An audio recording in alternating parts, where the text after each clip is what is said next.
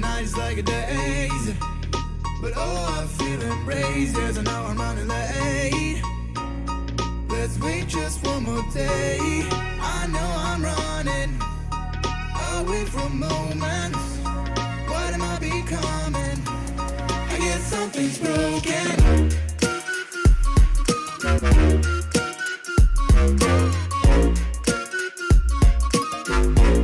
I guess something's broken.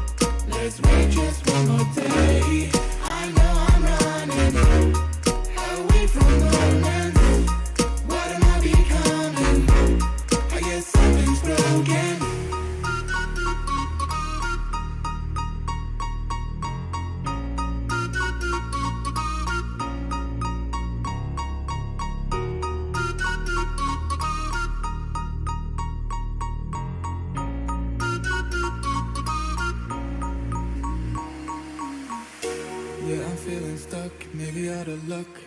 I'm falling in and out of time. I hope that you come home, please pick up the phone. I need to know if you are fine. I know I'm running away from moments. What am I becoming? I guess something's broken.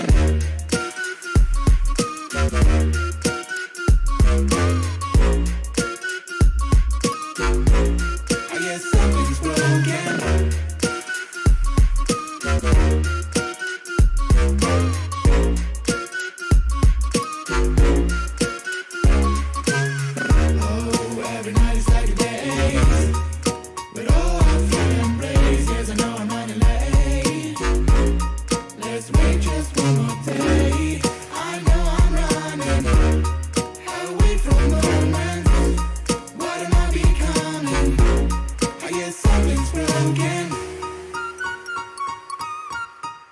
I guess something's broken.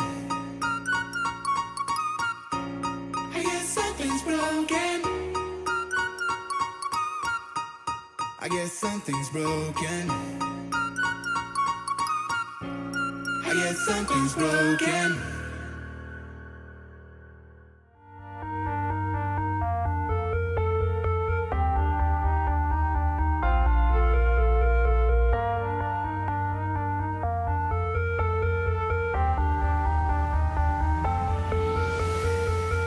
We wait for the monsoon.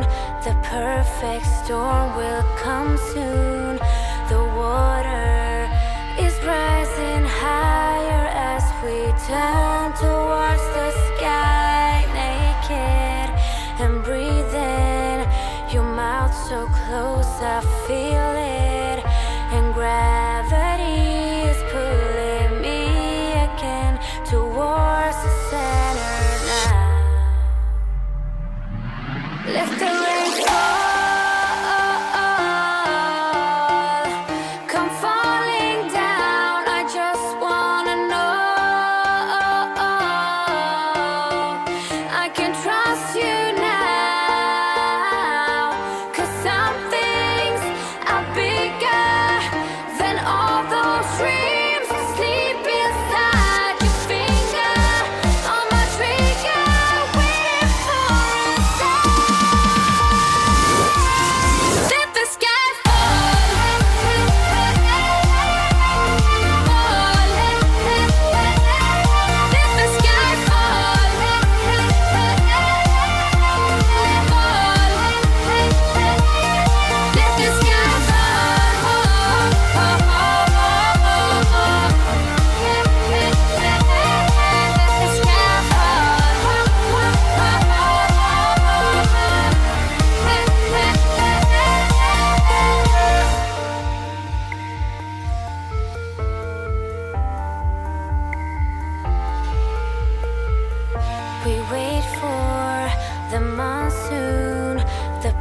perfect storm will come soon, and gravity is pulling me towards the center now.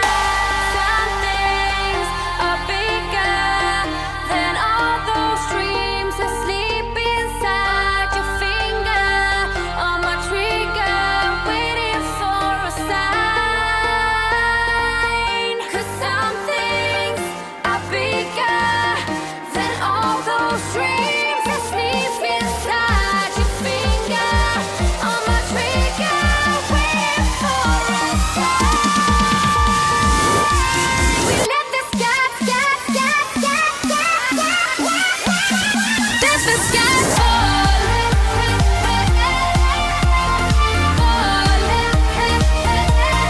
Let the sky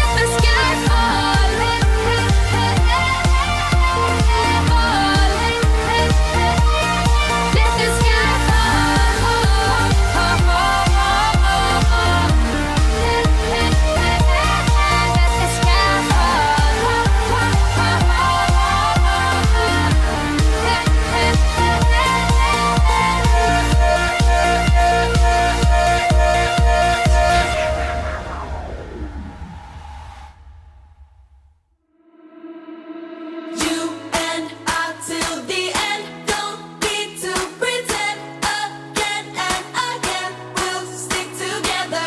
Everything is alright with you by my side. We won't say goodbye, we'll stick together.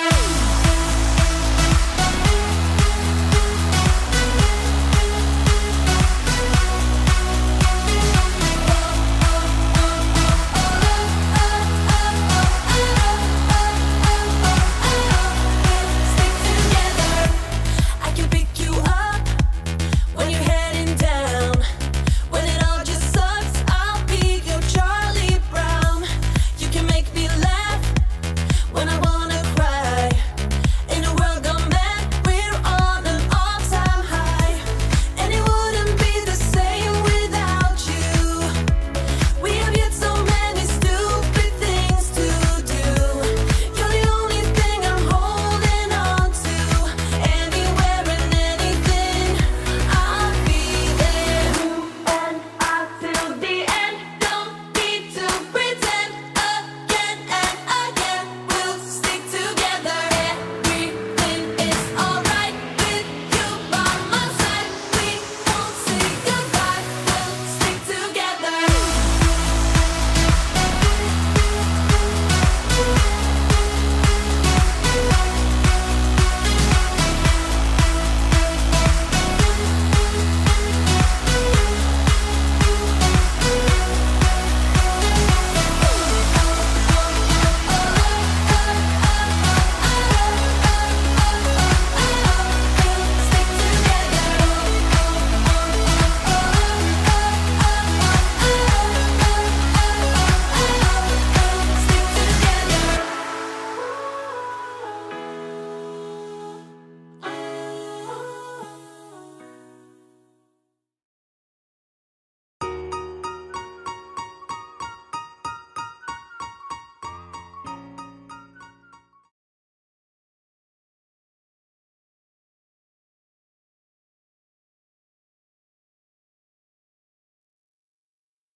Hello, everybody. Welcome in today. Today we are super excited. I got my homie Mantis over here with us.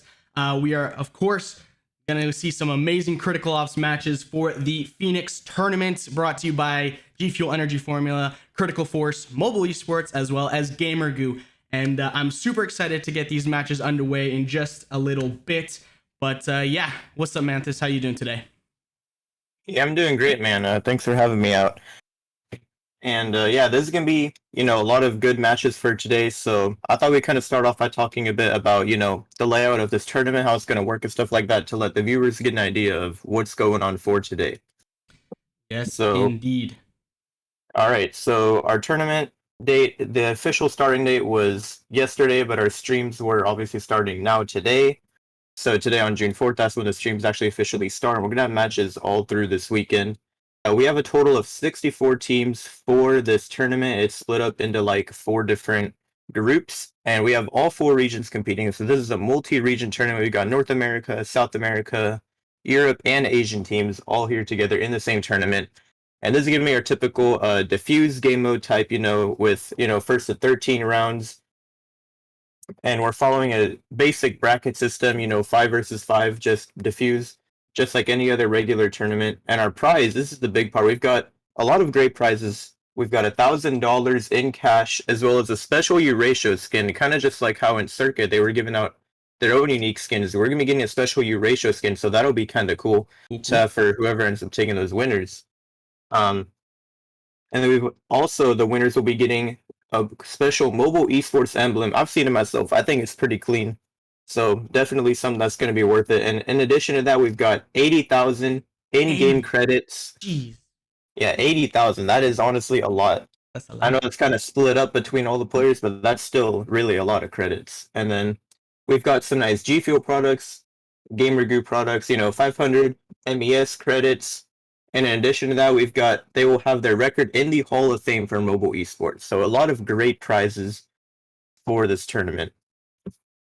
Our general tournament information, we've got some, all the tournaments, there will be single elimination. It's not going to be anything too special, just a single elimination with all these 64 teams, except for when we get to the semifinals and the finals. So when we get up to there, the semifinals will just be a BO3 format, and the finals will be a BO5. So those games will be a little bit longer, but up until then, we'll only be having just best of 1. If you lose the game, you're out of the tournament. And so once the teams are selected, the captains will be invited to private chats on our Discord, where they'll be informed about the dates and times and all that fun stuff, and where they can talk to their opponents directly. And obviously, all these teams need to make sure they're going to be following the rules and regulations, because it is the responsibility of the team captains to read all the rules. And they're all found on the website, mobileesports.org. Indeed.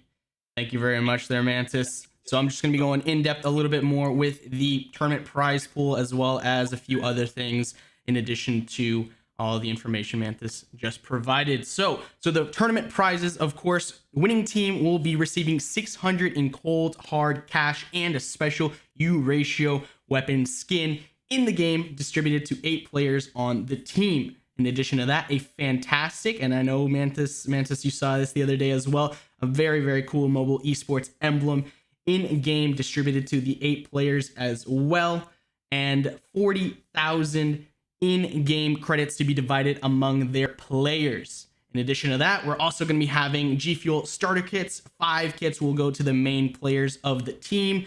In addition to that, which is, it's fantastic that we can offer so many prizes, and it's a very, very big thank you to you guys, everybody watching, and a big thank you to our sponsors, which I'll get to in a second here.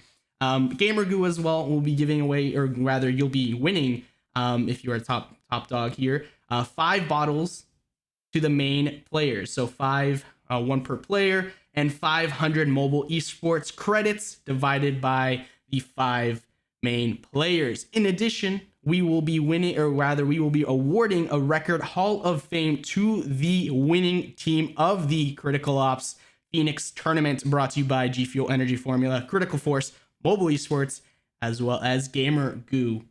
And it's going to go down. You're going to go down in the Critical Ops Hall of Fame Esports. It's super, super dope.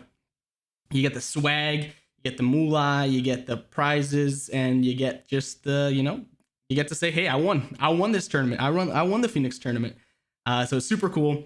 Second ranking team will receive 400 in-game, in cash, cold hard cash, 25,000 in-game credits, and those will be divided as well among the players.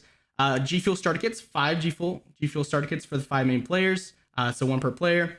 Gamer Goo as well, 5 each, or rather 5 per player. And third place team, not in the money, but you do receive 15,000 in-game credits to be divided among the players. Really quickly, I want to say a big thank you to all of you guys. Would not be possible without you. Thank you, thank you, thank you. We're going to go over a couple other things in just a little bit, but we're going to go over through the brackets real quick. And this is going to be Group A. Mantis, do you want to go over them real quick? Yeah, sure. So I'm taking a look at our Group A brackets right now, and obviously with 64 teams, there's a lot of big teams competing as well as a lot of smaller teams that don't really have as much experience. So I'm just taking a look at Group A right now. I'm kind of seeing, a couple big names here like, No Mercy and Merciless, Extinct as well. I know these are all very teams with, a lot of, I guess you could say clout. I also see NBK in here as well. So Group A does have a couple of powerhouse teams, and they're all really spread out. So I think that towards the end of this Group A bracket, we're going to be seeing a lot of powerhouse teams playing in the semifinals of the Group A bracket. Alrighty, moving on to Group B real quick. And just before we actually get into Group B, just want a quick side note here. So NBK was indeed forfeited because without prior notice, they were not able to start at the appointed time. So that's why the stream was delayed a little bit as well. Just so you guys know, you got to be here on time and ready to go with recording and everything ready to go, especially when you're on stream. It's the thing that you got to remember, punctuality. But yeah, Group B. Yeah, so Group B, we've got, I'm seeing still a couple of good teams here as well. I'm seeing, Veteran, Team 404, S2 Nameless. We've got a lot of good, I know a lot of these are like European teams. I'm seeing a lot of good European teams here over towards our Group B. Like, Monarchy, Rain, Vigorous, S2 Nameless, Team 404. I mean, honestly, Group B is looking like a really, it's got a lot of powerhouse teams. So I think we're going to see a lot of good teams get eliminated pretty early on. Indeed. Really quickly, hopping into the gameplay right now, we got match intense right now. And let's see, bombs down, I believe. Gunfight's going down. This is now a 3 versus 1. Emotionless and crew cleaning up. Get the first round on the board. Well done. Bomb has been defused. Looks like Outsmart ended up losing that first pistol round, so they're most likely going to opt for an eco buy here to try and save up their money. But they did get the bomb plan down, so that is going to be helping them out a little bit here. As far as how much money they're going to have on the board, we're seeing actually a couple of them already bought up some assault rifles and stuff like that. So maybe they're going to try and see if they can take this round with a half buy.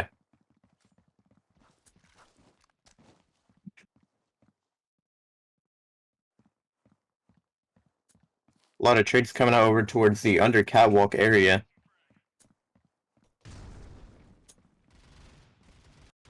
Coalition wins.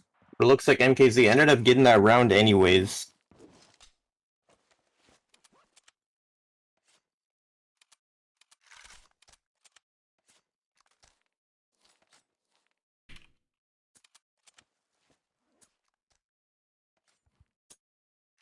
Alrighty, 2 rounds right now as we start off and going into the 3rd round. A little bit of chatter there, and we'll see if anything can be done. Kiev with a nice 2-piece right there. Wow.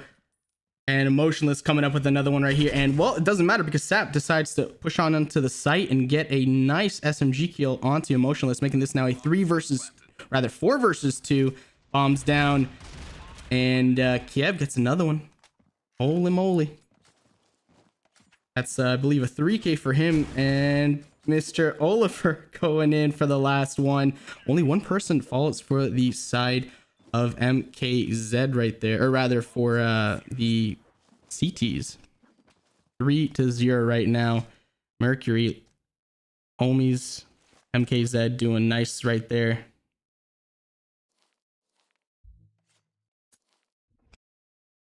Taking a look at the scoreboard really quickly. Sap at 1 and 3. Everybody else towards the bottom of the leaderboard still at a donut. But Kiev and crew looking nice with the 7 and 2 and 4-0 for them. Yeah, he's definitely having a strong start. Already finding another frag early, but he's going to get traded out right off the bat. it's looking like we've kind of just got some slow gameplay from the side of MKZ here, kind of just taking this real slowly. They find another pick over towards A, but our remaining players are just going to be playing slow over towards B long, waiting for some over-aggression. They really don't have the confidence to go for a hard-on committed push right now, as far as I'm concerned. They really can't afford to do that at this moment. And now they're kind of getting sandwiched. They're getting pushed from behind and from B long as well. Victor's going to get taken out there. And Bengal finds one, but he's going to get traded out.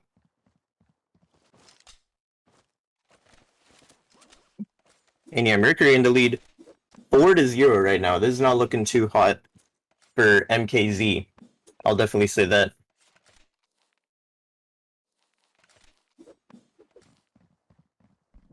Take a look at, let's look at Matt, see if you can get anything going right now. Not getting that early pick. Ooh, Eratio. Ooh, the wall bang.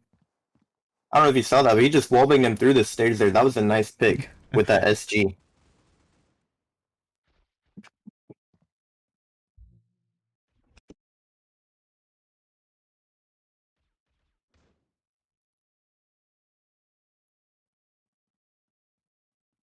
Oh no, the disrespect there.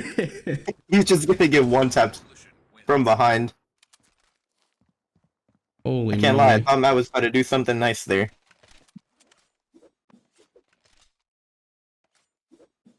5-0 in favor of Kev and crew. Mercury rather. I was gonna say Merciless. No, it's Mercury doing the dirty business right there. 13 on is still, or Jur maybe? I'm sorry if I mispronounce it, but he's 7-0 right now. That's nuts. 5 rounds in, going on 6. Keev's actually pushing up lower cat with a sniper. Don't see any movement as of yet. Everyone's holding the ground. First pick has gone in favor of MKZ gets another one there, but traded out immediately. This is now a 3 versus 4. CT's had the disadvantage right now. And Bengal gets one. Trades coming in 2v4, or 2v3 rather. Just over a minute left. We have our bomb kind of by himself pushed up over towards tunnel. It's definitely a very risky play, because if he gets taken out here, it's basically a guaranteed win for Mercury on this round. But now he's actually going to be out of the open, not really going to get spotted out yet. That is a very dangerous area to carry the bomb. If you get taken out there, then it's virtually impossible to grab it without getting shut down. Indeed. But he is going to manage to get behind cover here, kind of pushing up towards mid-bridge a little bit. I think they're going to opt for a B push here. He's so sneaky. So sneaky. Look at that. Inching Yeah, forward. he really played him out. All right. Bomb site should be good. Planting. There Looks you like go. both of our players on the side of Mercury are still on A. Now they know the bomb is down on B. They're going to have to try and go for this retake.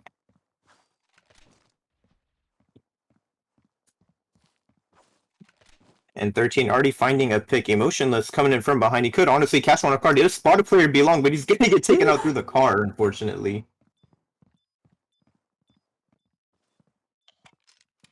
Oh, he's been spotted. He's been spotted. He's going to push up Cafe. And is he going to opt to save? I think he's going to... Oh, no, he's not. They don't see him, though. He's still going for it.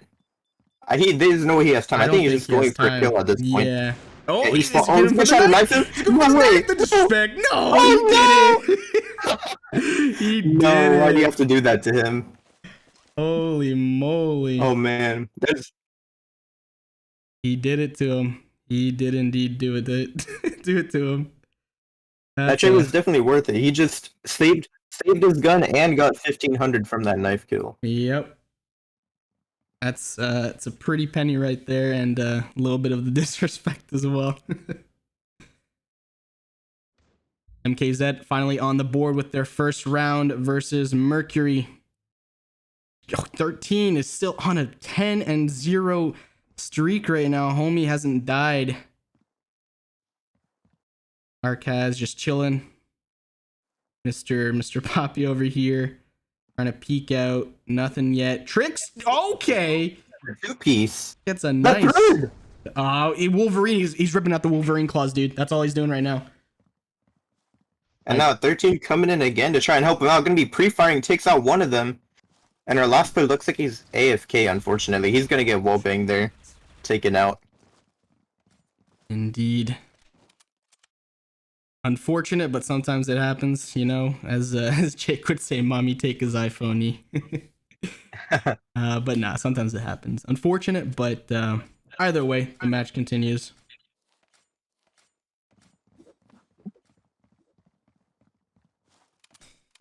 Alrighty.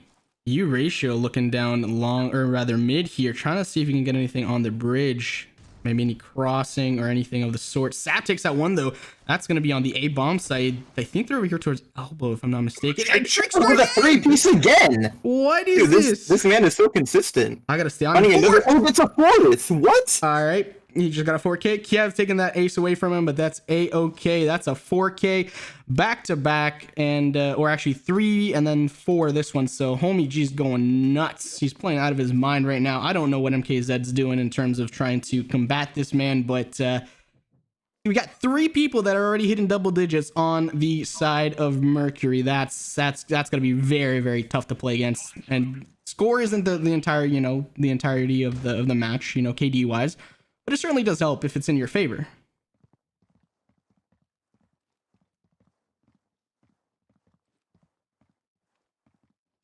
Ooh, trick boy. Nicely done there. 1, 2, 3. All right. He gets a second. Is he going to get the third again? That's my only question. I think so. I think. Oh, it's you going to got get stolen. Well, looks like last player in spawn with the GSR headshot. Just going to take him out there. Doesn't even need his main gun. That was a little rough. Game is not exactly going too hot for MKZ right now. I think they're most likely going to get eliminated here unless they can pull off some miraculous comeback. But considering they've lost this many rounds in a row, their economy is looking pretty steady basically the whole time. So that's kind of nice for them, I guess. Holy moly. They really don't have to worry about eco rounds. No, they do not. Ooh, Zap puts down some shots. Trick boy just swinging out again. 4 down in the matter of what, like 10 seconds? Everyone on the side of Mercury is kind of just pushing up fast, just trying to go for those early kills. This is rough. If you're a fan of MKZ, this is rough. On the other side of things, though, if you're a fan of Mercury right now, you're rooting for them and you're going hard because right now they're at 9-1 round count over MKZ as we go into this next round.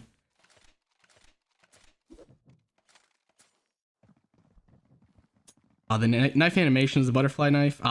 Fantastic. I love it. I love it. Yeah, it's mostly my favorite inspection. Yep. I think the Karambit's kind of clean too.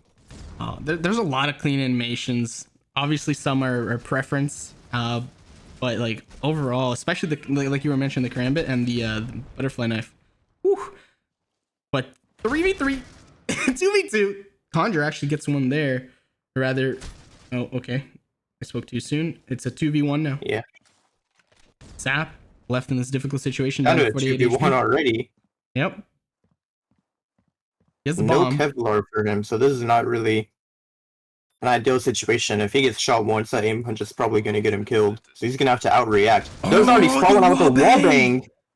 Nicely by him, and last player coming Cafe as well. I don't think he expects him to come from this side. He's already backed up, though, over towards the sniper's nest area. And I don't think he knows. He's kind of just as back to, but oh, he turns around last second. The nice, I believe he almost had it there, but Mr. Pappy over here just ever so. Oh, look at that animation, dude. That one is a really clean one. I think that was from the Winterfest. That's all right. Well, I'm in love now. All right, so like if your team does very poorly one match or for a couple matches, right? Yes, maybe it's worth looking at some restructuring of the roster, but you also got to remember the top teams in any sport, in any regard, really, they didn't just go 100% overnight. They took a lot of time to build up, yeah, for sure. Right? So maybe it's worth, instead of, restructuring their roster, it's worth maybe taking a look and seeing what you can, fix or, improve on. So don't get discouraged if you take a super L or anything like that. It sucks, but move on, try and learn from it. Emotionless though, saying, "Hey, Mr. Bengal Beast and crew, y'all, what are you guys doing there?" Gets a nice 2-piece 3v1. CTs have it. Oh, Mr. Arcaz though. From behind, swinging out. Oh, I don't know. I thought there was someone there, but there is someone. There was he's already crossed over, and he's gonna get peeked from B long. What's going on right now? Oh, the flash. Oh, it's not. Wins. No way. This man gets disrespected again. Alrighty, the flip is incoming right now, folks. This is gonna be rough, but I believe we can get at least a couple more rounds here. At least a couple more rounds from MKZ. You know, you want to see a match go the distance. At the very least, make it close. But didn't look too hot the first half. We'll see if the second half they can pick it up, or is Mercury just gonna keep on steamrolling through? We'll have to wait and see. This go round is actually really interesting. On the side of Mercury, they're all just rushing lower pass. I really don't see many teams do this. This is a really ballsy play, and it looks like they actually stacked on B. So I don't know if they're gonna opt for the A or B push, but now I think MKZ's kind of picked up on what they're doing this round.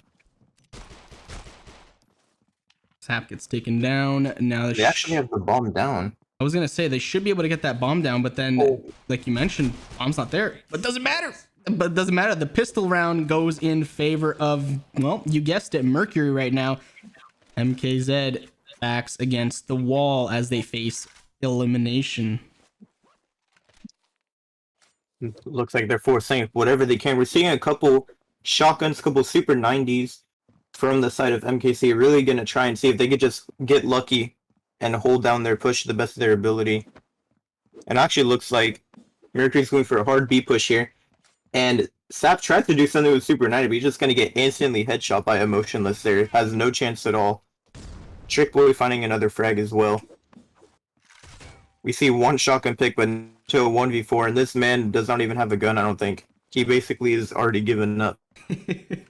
Yeah, it's unfortunate. Sucks to see, but oh, almost got one, and he just missed those. Well, that was quick. 13-1, got the one round consolation, I guess. But Mercury takes that over MKZ, 13-1 round count. Well done. Y'all are gonna keep going on in the Phoenix tournament. Y'all are advancing.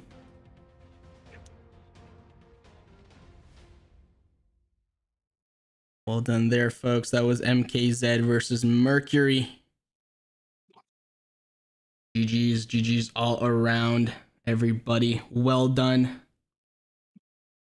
Well done indeed. That was Mantis. I want to say it was an interesting match, maybe for the first like 3 rounds, because you know, 3rd or 4th round usually you can see something start to happen on the opposing team if they've been steamrolled the entire time. But apart from that, I didn't really see too much. Yeah, it was kind of a beatdown, I'm not gonna lie. Unfortunately for them, and well, I guess you guys too, because you guys want to see matches, and I want to see matches as well that aren't you know, super lopsided, but you know, they didn't happen this time around. Mercury advancing, well done. GG's to you guys. MKZ, keep trying, keep your heads up. It's not the end of the, you know, the end of the road for you guys. Alrighty, let's quickly go over. I believe we were going through bracket B. Do you want to quickly go over that one again, or do you want to move on to C?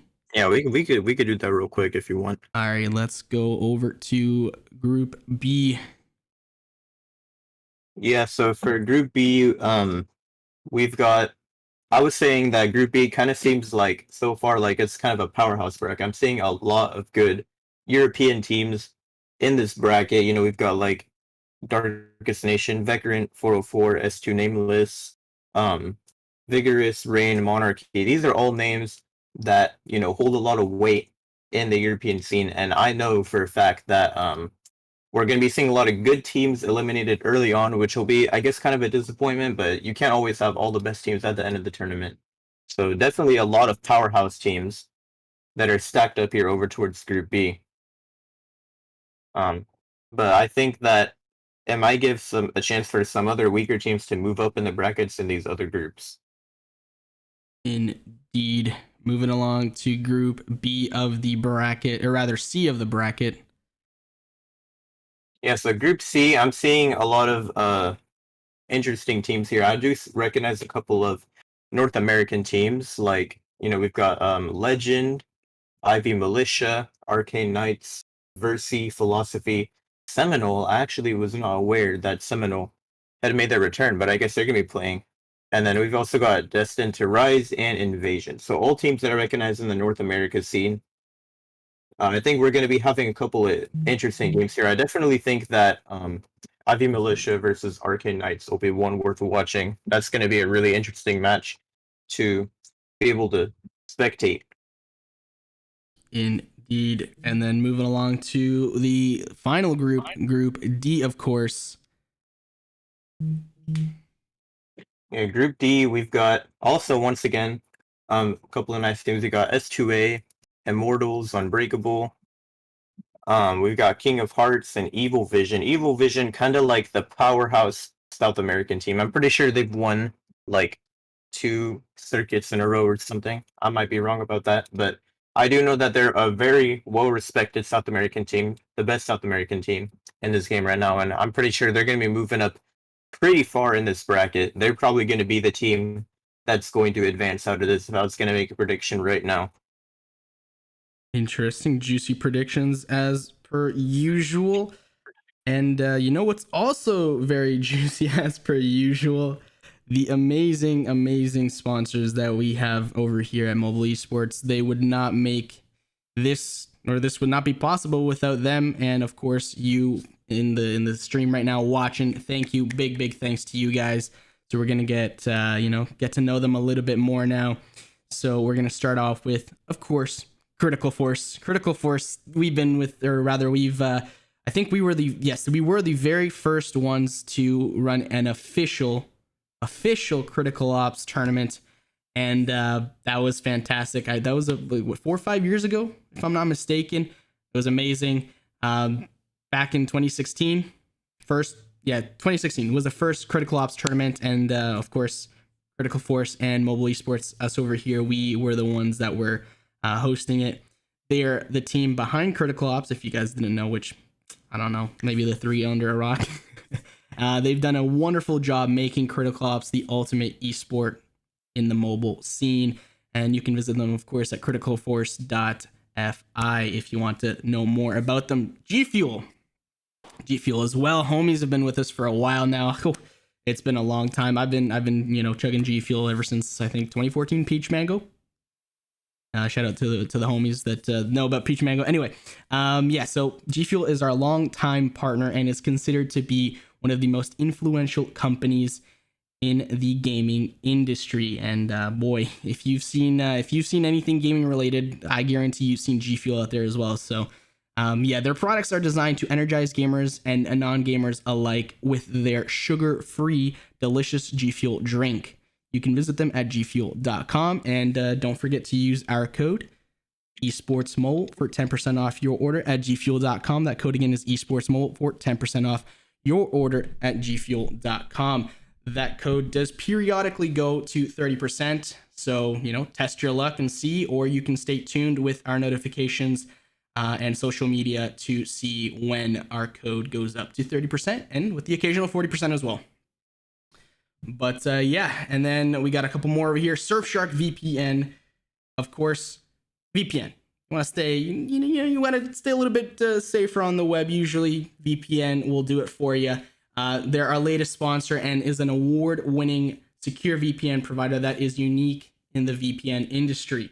Their VPN service is the best that you will find in the most economical prices on the market. You can visit them at surfshark.com and go ahead and, see if you can find a plan for you. And as well, we got GamerGoo. GamerGoo's a quite a fascinating company. If you've ever had any sticky hands or sweaty palms, knees weak, if you've ever had anything of that sort, GamerGoo, slap that on real quick, let it dry for a little bit, 30 seconds, a minute, waving around like this or gently like that, and bam, get a nice scented smell, or rather scent, and no more dry or no more sticky, sweaty hands. Easy peasy lemon squeezy. Easy peasy, indeed. eliminates sweaty palms for up to 4 hours, allows gamers to play long hours without any interference, and you can also use it in other things. I've used it in tennis. My hands get sweaty sometimes. I put that right on, and bam, no longer sweaty. Visit them at gamergoo.com. But yeah. Oh, actually, we have a 30% off code now. Ah, interesting. All right, so you see that 30% or that 10% off right there? It's gonna bam magically change to 30%. Boom! Look at that. 30% off for G Fuel. So make sure to use that code esportsmobile for your order at 30% off on gfuel.com. Yes, sir. Yes, sir. Yes, sir. Alrighty. With that being said, we will be right back after some housekeeping.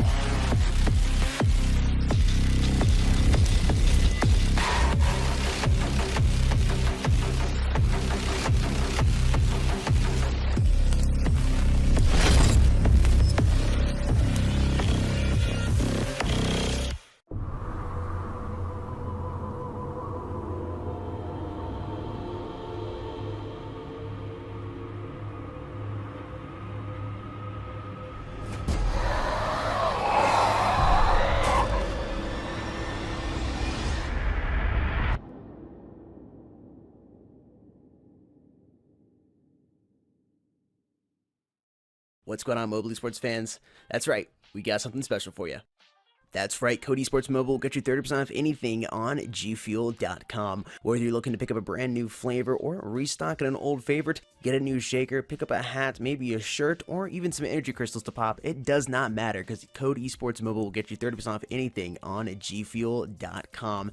Code Esports Mobile, once again, will get you 30% off anything on gfuel.com. Definitely take advantage of it while you can. Of course, you get the amazing product that is G Fuel while saving yourself a little bit of cash and, of course, help us out here at Mobile Esports, which we do greatly appreciate. Once again, for the final time, Code Esports Mobile will get you 30% off anything on gfuel.com. Happy shopping.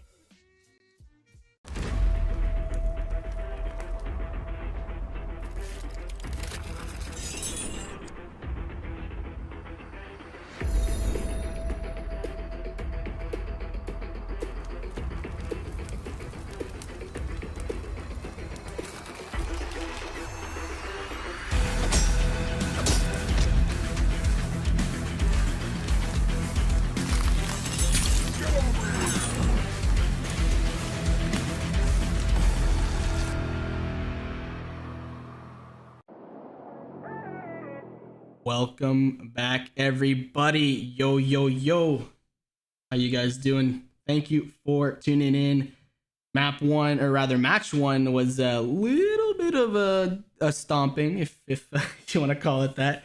But this next match coming up is going to be, I hope, fingers crossed, a little bit, at the very least, a little bit more competitive. But yeah, we're going to go ahead and go through the brackets once again, really quickly over here with Mantis. And yeah. All right, yeah. So just quick recap. We've got obviously 4 groups, as you guys know. So we've got our Group A over here, with a couple of known teams. So most of these teams that I'm seeing over here on the side of Group A are actually teams that really don't have a lot of a big name in the scene right now. We already saw from Group A just now. We just watched MKZ versus Mercury, and Mercury ended up winning 13-1, so they're going to be moving on there. And if I'm not mistaken, I believe NBK also forfeited, right? Correct, indeed. Yeah, so NBK forfeited, so I guess Mercury struck lucky. They already moved on to the semifinals of Group A, so that's pretty fortunate for them. Because they don't have to, or no, I'm sorry, they're going to have to play Outsmart after that. But after they play Outsmart, they'll basically be moving on. Indeed. And then next coming up, we got the Group B bracket right now, as you guys can see. Yeah, our Group B bracket, this is more of our powerhouse bracket. We got a lot of strong teams on the EU side, so gonna be a lot of really good matches from this bracket specifically. I think if we see any matches from Group B, these are gonna be the ones that are definitely worth watching. Because it's gonna be a lot of good matches early on in the tournament, which you don't see often normally. The Group C coming up right here real quick again. Yeah, so for our Group C, we've got a lot of good NA teams. You know, like we're seeing Ivy Militia, Arcane Knights, Versi, Philosophy, so Destined to Rise. So this is more of our North America powerhouse bracket, I guess you could say. It looks like over towards the bottom, we have a lot of good teams. I'm not recognizing too many teams on the top, but a lot of our good teams are on the bottom of this Group C bracket, so they're all going to be eliminating each other pretty early on. Indeed. Going on to Group D. Group D, once again, I think this is kind of just a mix between known and unknown teams. It's actually kind of a little more evenly spread out here. You know, we're seeing good teams like King of Hearts, Unbreakable, S2A, and like I was saying, Evil Vision, who I think is the best South American team right now in Critical Ops, and they're probably going to be, in my opinion, moving on all the way towards that final bracket. Indeed. So, well, y'all, we know you guys want to get to the matches. We definitely do as well. We just gotta make sure everybody is in the lobby and ready to go, making sure everybody's doing their best to do, their best as well in game. You gotta make sure the recordings are correct, all the settings that you gotta do, and just make sure that everything is on the up and up as well. So that is why sometimes it may take a tad longer than in previous matches. But with that being said, we're going to go over a little bit of the tournament info as well. Just a quick gloss over the tournament. Of course, the Phoenix Tournament, brought to you by G Fuel Energy Formula, Critical Force, Mobile Esports, as well as Gamer Goo. Yeah, so we've got a lot of info about this tournament. As you all noticed, we've got 64 teams in total competing for this prize pool of $1,000, which is going to be spread out. Our total prize pool actually is $1,000, a ratio skin, mobile esports emblem, 80,000 in-game credits, G Fuel products, Gamer Group products, 500 MES credits, and obviously just that title in the Hall of Fame. So a lot of these prizes are going to be spread out between first, second, and third place winners. Obviously, first place will be getting a lot more, but these prizes are going to be spread out pretty evenly between these players. And this is just a classic 5v5 first to 13 rounds in a diffuse type game mode. And we're going to be looking at single elimination. As you guys saw earlier, we have 4 different brackets. So basically, whoever moves on between all of these brackets after they finish semifinals of the brackets, the 2 people that are at the top of each bracket will be moving on towards that final tournament. And in that final tournament, we're going to be seeing elimination up until the semifinals and the finals, I believe. And at that point, it will be a best of 3 and best of 5. So that's when games will get a little more interesting and be a little more lengthy to give teams a bit more gameplay time to prove themselves. Indeed, indeed. Chat, who do you think is going to take this W? Is it going to be, we'll let you guys see right there, Savage, or is it going to be S2 Nameless, and by which score? Of course, we'd like to know what you guys, what you guys are thinking. Who do you think is going to take the win? And who, well, rather not who, but what the scoreline will be. Let us know in the comment section if you are watching this after the fact. If not, if you're watching live, let us know, please. We would like to know. Maybe get like a hashtag Savage or hashtag S2 Nameless going, and then maybe with the round count. That'd be cool. I'm not going to lie, I think S2 Nameless is going to be taking this map, but that's just my prediction. Interesting indeed. We'll have to wait and see. Either way, teams are almost ready to go. Just waiting on everything to be finalized. Thank you for your patience, everybody. But yeah, soon. A little bit more housekeeping on the way. If you're looking for some G Fuel, maybe a hat, tub, shaker, energy crystals, or anything in between, please make sure to go check out gfuel.com for their great assortment. All you got to do is add something to your cart. Make sure that it's something that you want to give it a try or something that you've already had. Check out. then fill in some of these details right here. Some of them are, of course, our code esportsmobile for 10% off anything and everything on gfuel.com. That code again is esportsmobile. In this case, you get 30% off. Use your payment method of choice. Go ahead and follow the on-screen prompts, and there you go. That's it. That's all you got to do to complete your G Fuel order. Make sure you use our code esportsmobile for 10% off. In this case, 30% off your order. Thank you very much. Take it easy. Peace, please.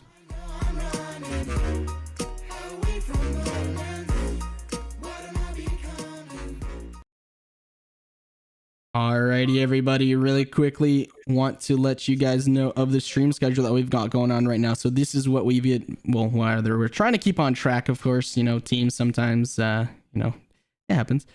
But yeah, so right now that's the schedule. We got MBK, of course, they forfeit and outsmart advances. MKZ, unfortunately for them, they were not able to muster anything significant and do take that first L versus Mercury, and they do take that kind of handily. 13-1 Mercury advances. Well done to them. Next match that we've got coming up really soon is Savage versus S2 Nameless. And then after that, we have King 7 versus X scheduled, penciled in, whatever you want to say. And yeah, just so you guys know kind of where everything stands.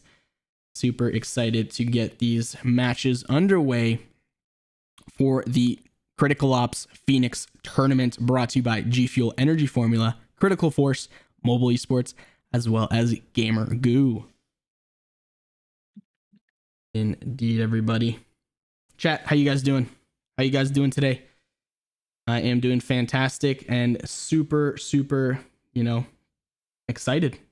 Excited because the first match wasn't exactly the most competitive, but it was still a match that I would say is needed, right? Because if you don't have a bracket system, it's going to be tough to actually get to the point where you have teams that are actually good for the finals. And good finals is good for us, right? As casters, we like seeing a solid matchup, and it's good for you guys that are watching as well, because you guys like seeing action as well. Good, solid strats, action, gunplay, and kind of goes up and up and up and up until you get to the point where you have a very solid finals. And I'm excited for that.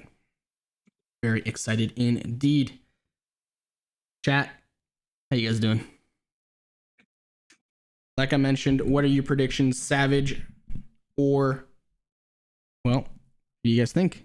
Savage or the homies on the other side of it, S2 Nameless? I am looking at the chart and I'm seeing a lot of people from what you asked before kind of look like they're in favor of S2 Nameless. I think they have a lot more fans in the chat right now. Interesting. Alrighty. Well, you got your work cut out for you guys. It's a-okay.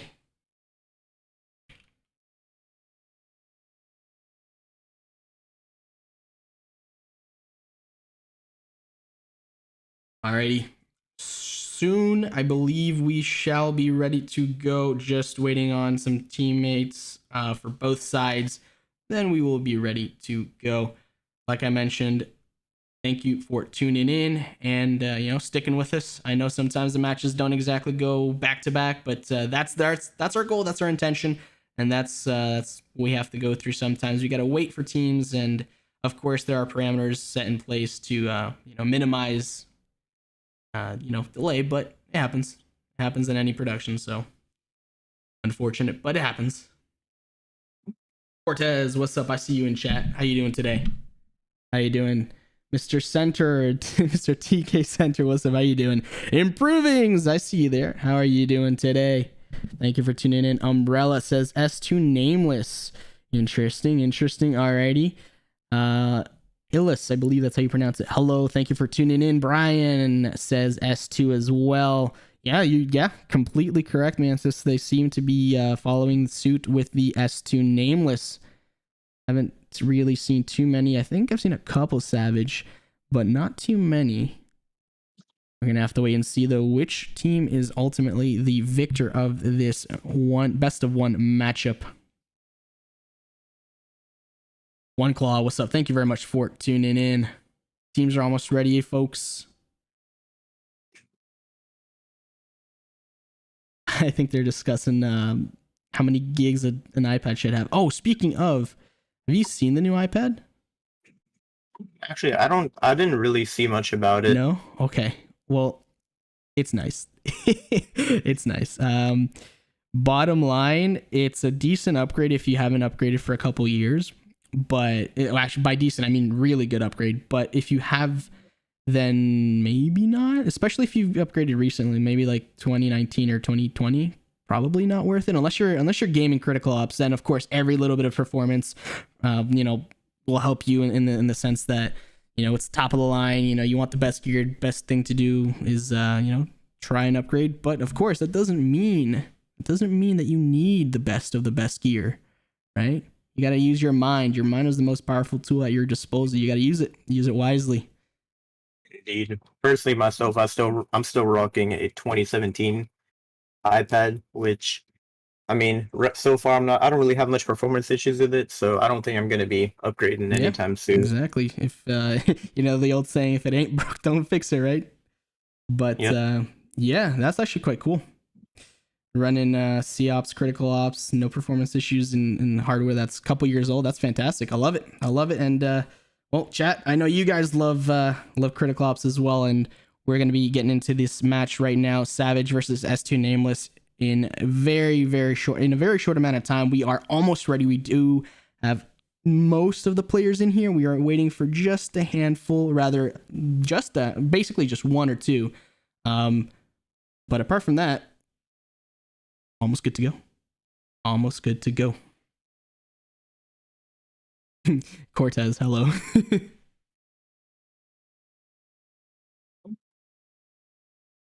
I see you guys. I'm gonna let you guys in on a little secret here. So they're warming up right now because they're waiting for their players, right? We're almost there. I'm not saying anything, just talking out my, they're almost here. We're almost there. We're almost ready for you guys. Just have to make sure everything is good to go before we end up actually going into the matchup. So, yeah. Yo, did I see Mind Boom in here somewhere? What's up, Mind Boom? I know Improving is there. I see you. What's up? There you go. I see both of you there. What's up? Hello. Hulk, I see you there. Viff, what's up? How you doing today? Match is starting soon, boys. Thank you very much for tuning in and joining us today. Huge shout out to CF, Critical Force, awesome people over there. Big shout out to them. Amazing esports mobile ready game that they've got going on right now. And of course, the game that we are having right now for our Phoenix tournament. Super excited to get this next match underway very soon, everybody. It looks like they're actually getting into the knife round as we speak to decide what side they're going to be starting off on. All right, I want to see this. All right, you guys are watching the knife round right now. Overlay will change to reflect the correct sides in just a quick second here. Savage be shutting it down. That was a slaughter. That was fast. Alrighty. It looks like they're going to opt to start on the CT side. Usually a lot of teams do that if they just want to try and get a quick win, maybe get lucky if they're not too confident on their T side performance. So see how this starts off for both of our teams. Any notable players that you've kind of seen maybe in the lobby, or are they new or familiar or unfamiliar faces? I mean, yeah, I am familiar with a lot of the S2 Nameless players. They've been in good teams. I do notice, Mixage and Mr. Aki. I probably said that name wrong, but I do recognize both of those names. I know they're both good players. Mixage especially, he's been in a lot of good teams, so I think he's going to be performing splendidly this game. Indeed. Alrighty. Should be almost done here, folks. Yes, Critty YT, indeed correct. I am on board with that as well. Critty says, can't wait to see what the outcome is. It'll get more and more intense the further we go after all. That is indeed the case. Like I mentioned earlier, super excited to get these rounds, played out, because they are important rounds, whether you like it or not. These rounds are important. That way, later on in their tournament, especially for the finals, you have a solid matchup that's intense overall for the teams, but as well as the viewers, and of course the casters over here. Super excited to get that, and it just makes better competitive play. So yeah. All right, we are indeed live. Yes, we are. All right, folks, going in over here. Coming on in, S2G starting off on the T side. And they've been going for a hard A push here. Actually, going to get that intel control looks like for a couple of them. They spot a couple players already over towards this kitchen area, and there's going to be a lot of gunfights taking place. Savage already finding 3 picks over towards the intel area, just shutting down that push. But fortunately, the bomb did opt to go towards the lab. So I think they actually think it's a fake because the bomb's not planted yet. They all just left the A side, and that's going to give them a free bomb plant. Bro, that's a 5-head IQ right there. Well I guess sitting back with the IQ play, they might even be able to get a couple easy picks here just from, finding players that are separated. Indeed. Oh. Yeah, Weak finding one with the deagle there. Dude! And oh my god, the front, what is going on? There's not a 1v1 that could win this. He gets 3. 38 HP, but he has a deagle. It just takes 2 lucky bullets to get this kill, but he's gonna get shot from the side. Valiant effort. That was a ballsy play there. 5v2, bombs down on A. They got full site control. They were just waiting for the rotations, trying to get in choke points, but it wasn't enough. It almost was. That 2v1 turned into a 1v1 and ultimately did end up losing that, but either way, that was a very valiant effort. I would have probably liked to have seen maybe at least 1 or 2 frags, but the fact that they were able to, rather 1 or 2 frags before they planted, but the fact that they were able to fully get sight and fully plant that bomb before the other team even knew what was going on, was maybe better the better play. We'll have to wait and see if that's going to benefit them in the long run right now, but 1-0 in favor of Savage. A lot of these players on the side of S2 are just playing really slow with deagles. We're actually seeing an early pick from Mixage there. But a lot of these are just playing slow, and it looks like Mixage picking up that burst. He is going to get Salo pretty low, but he can't manage to find the pick. Leaves him at 38 HP. North getting another deagle pick over towards the B-long area as well. So many frags coming out already. They've somehow managed to make it even with only deagles. We're seeing a couple of these players walk up towards Van, and they are going to spawn a player out in intel. I'm not sure if they're going to try and go for that gunfire now, but it looks like Salo does not want to contest that. He's just going to be picking up all the way after he gets peeked out from intel. Going to be holding down this A-site positioning right now. They don't have bomb and they don't have much time. I think he's about to pick it up though. There we go. We got it now. Ooh, we gets a nice another one. pick. Doing very well. He has a burst here. He's going to spot a player, but now he's going to opt to back up. I don't know if they're still aware yet. They finally spot out that player over towards the lab, but he's going to get a pick there. Oh, the timing on that. He turns right as that guy peeks him. And they can honestly win this eco round easily. I agree. 2v1. The social kind of just playing here with this burst. He does have full HP in Kevlar, so he's definitely in favor here. They're both holding a crossfire for main right now, so definitely if he comes, since he's coming from CG, they might not expect it. I don't know. I think they heard Could him. be spawning one of them out. If they stack and now he's up, kind of pushing up. Takes out Weak. Oh, almost gets that guy down to 22 HP. But S2 Nameless actually ends up picking up that eco round. That is going to be huge for them. They probably just crippled the economy on the side of Savage. Forcing them to buy a burst for now. Savage instead not of looking full buying too with hot. dogs. No, yeah, you're right. You're 100% correct. The eco for Savage is not looking too great right now. Couple hundred at most, and some, but with some, it's like right now, it's basically starting again. 1-1. Okay, so S2 opting to play this very, very slowly over towards long here. Putting down some shots into Intel. Nothing hitting. But utility being used actually. Smokes. They're trying to, I guess they're trying to funnel into the A bomb site. We got one person left over here, Banana. That is Alpha.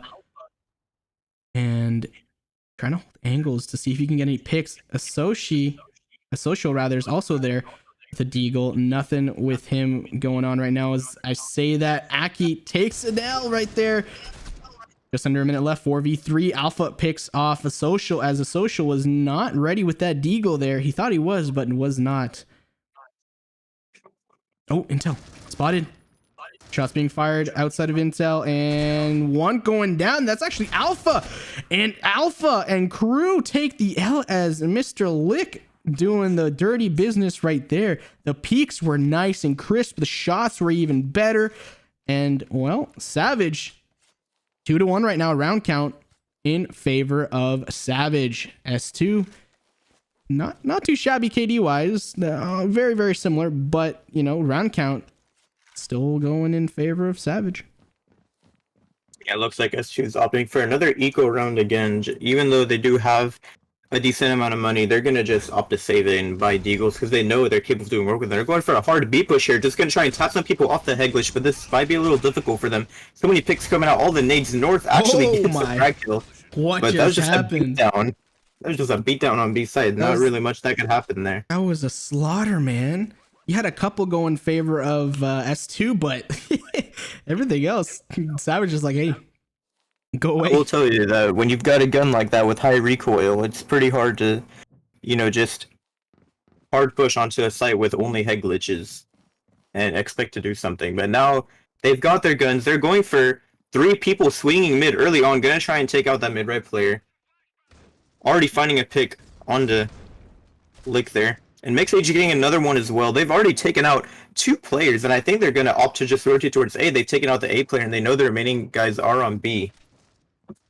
And we see the bomb is now rotating over towards Banana to come and join them on the A side. Timing, Aki had that perfectly timed. The peak. Okay, if he would have gotten that peak, if he would have gotten that peak correctly with the flash, it would have been fantastic. But doesn't. He's going to get instantly headshot there by Yell.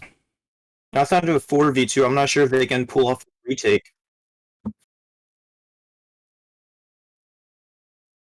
2v3 or 2v4 rather.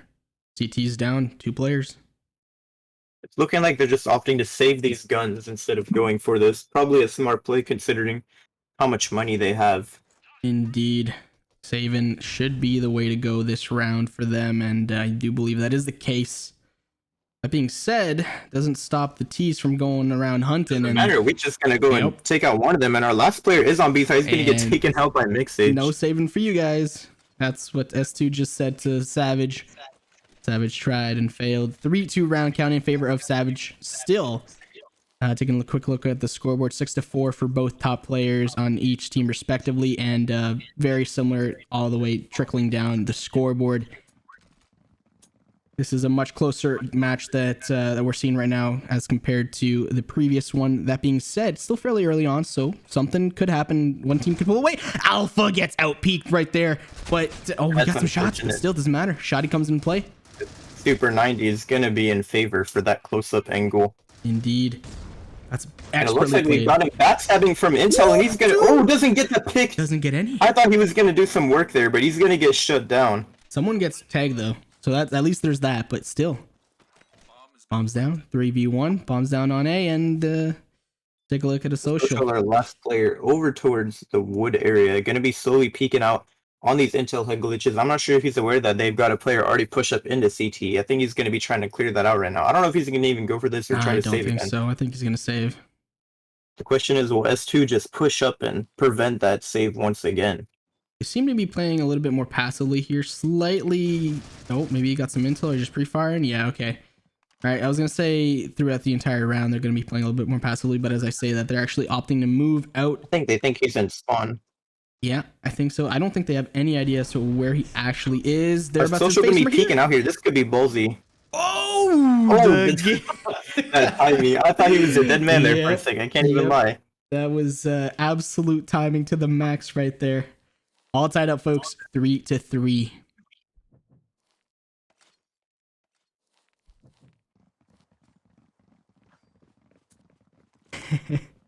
Alrighty. So they're actually, I think the T's are opting to go towards long over here and just pushing it. Yeah, they're just gonna bum rush that. Just hard pushing onto the B side. They spot 2 players in the back, but North and Weak gonna be getting those picks there, taking them out.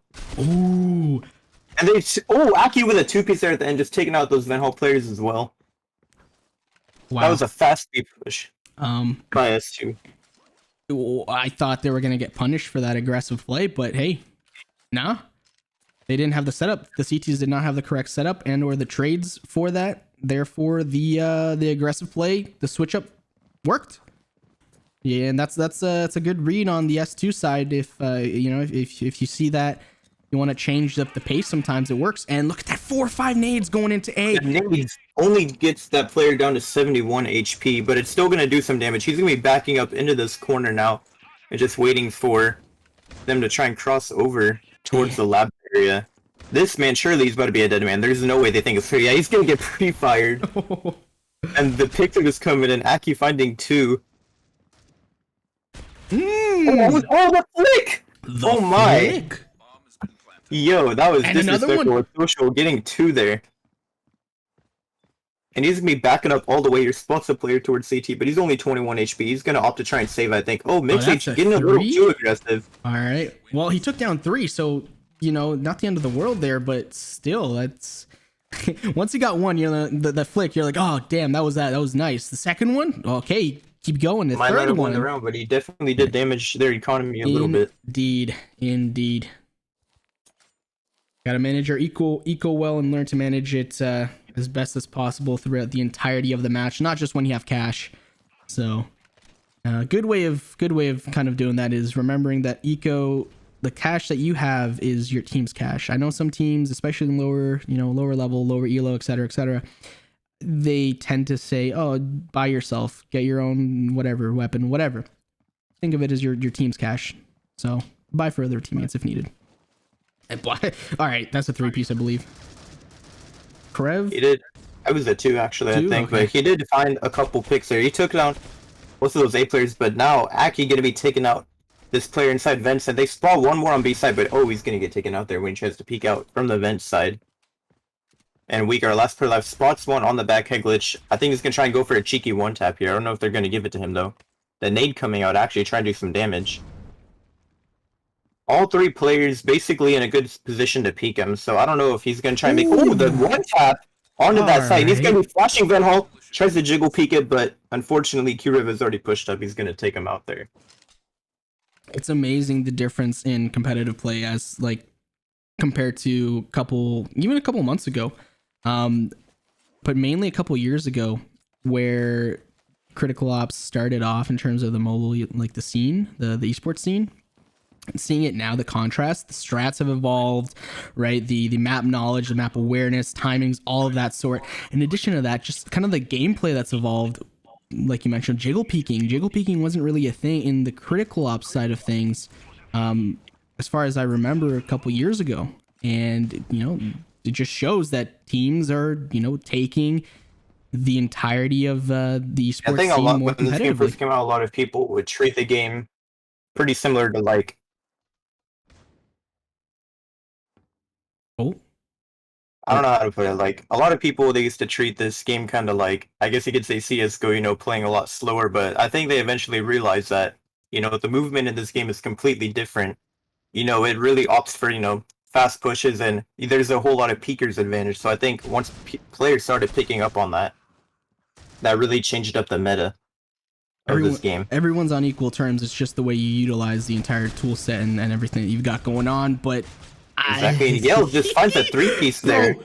shutting them down. Trade after trade after trade, leaving the CTs in a 2 versus 1 advantage. Alpha spots 1, puts down some shots, unable to get that though, and Yell says, "Hey, you shooting my buddy? Nah, you go bye-bye," and well, takes down Alpha 5-5, all tied up as we go into this 11th round. Yale getting a 4-piece in that last round. And honestly, 5-5, not really an ideal half if you're on the CT side, because you kind of want to try and take the lead there. But they're still putting up a much better fight in comparison to our last game.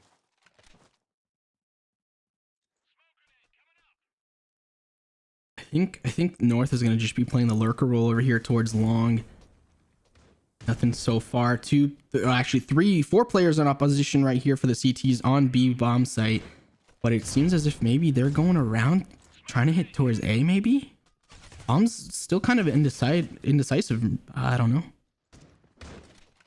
Kind of trying to push up towards HQ, taking out a couple of those players there, and now they're going to try and sandwich them from HQ. They got caught. They got caught. And the sandwiching just happens just like that. Last player over towards vents, he's going to get... Oh, I thought he was getting taken out there. But he gets that shot, and his body just went flying on my screen. I don't know if you saw that. No, I didn't, unfortunately. That's funny, though. That's funny. And, well, Mantis, we're getting exactly what we wanted. A close gameplay. And, you know, we'll see what happens. 5-6 right now. It's been basically neck and neck for the entirety of the match so far. Savage and S2 Nameless doing work on both sides. And it's going to be exciting to see how this match proceeds and progresses. Alpha getting one right there. First blood, first pick right there for him. Gets traded out, or rather doesn't get traded out, but gets a trade, is a social. North gets him immediately after. 3v4. Alpha inching forward towards control, seeing if he can get anybody off guard over here. He does indeed, but doesn't actually get anything going. Yell gets him.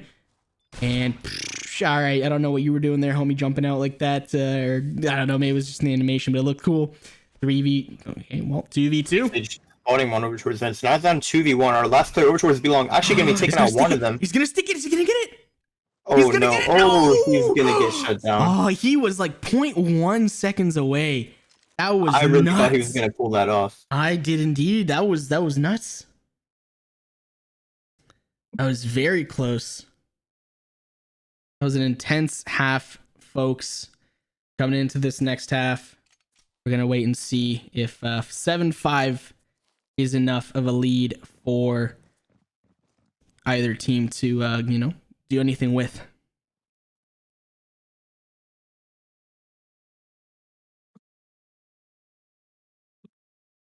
Alrighty. Looks like S2 Nameless kind of just stacking a lot of players over towards this mid area. But on the side of Savage, they have one player, I guess, maybe trying to sell a B fake or something, pushed up by himself Belong, but the rest of these guys just playing really passively. I don't know if they're waiting for an aggressive flank or what, but S2 Nameless is not going to give them the satisfaction. They're just going to be playing really passively here. They're just turtling, dude. They're just turtling. Look at them. It's like, hey, how you guys doing? Yeah. All right, ready? Let's go. Time to go for the A push now. Yes, indeed. It looks like all of them have grouped up together now, and I think they're going to spot player out towards Intel. They do get a tag onto that player. That is some nice deagle damage. His deagles are really deadly on these Pistorns, because even if you buy armor, you could still die from 2 bullets. So a lot of people have been trying to master the deagle recoil. I love to see turtling like that, like grouping together sometimes, because as a viewer, it's kind of funny in the sense that you see everybody just chilling there, and the other team, or the player that happens to be unfortunate to peek all 5 at once, is like, oh crap, there's so many there, I gotta dip, right? And the utility from S2G is actually on point. They're gonna be smoking off their bomb as well. I think they're just gonna be sticking the defuse. Actually, no, they're not. They do manage to get the picks, but he's gonna get taken out with the trades. And it looks like that one player who bought utility actually was able to help them secure that round. The smoke definitely helped force them to push up instead of sitting back and just waiting for that defuse. Beautiful bomb site plant, or rather take and plant, but the defense was not super great. I don't know exactly what happened there, but in a matter of a couple seconds, it went from a 5 versus 5 with bomb down on A, as well as bomb site secured, to I believe it was like a 5v1 or 5v2 or something like that. But gotta check your angles, gotta hold your angles, and win those gunfights. What it comes down to. It's coming in. 4v4. Deagle. I hear the Deagle. Where's the Deagle? Let me get to the Deagle. All right, Mixage takes 1, yells down for the count. 4v3. Utility being used over here towards a long. Nothing being actually produced because of that util. And as I say, that 4v1, Alpha and North take out 2 players right there. Deagle, nothing to hit though. Gets one shot, and then well, North takes them out 9-5. Just me S2, taking them out there. yep, S2 looking nice right now, 9-5 over, well, Savage. Because the reason I'm giggling right there, I'm laughing, is because with a name like Savage, right, comes certain assumptions, right? You're gonna be savagely pushing into a bomb site, or savagely, doing something in game. And they're failing to produce right now. Failing to produce, but we'll wait and see.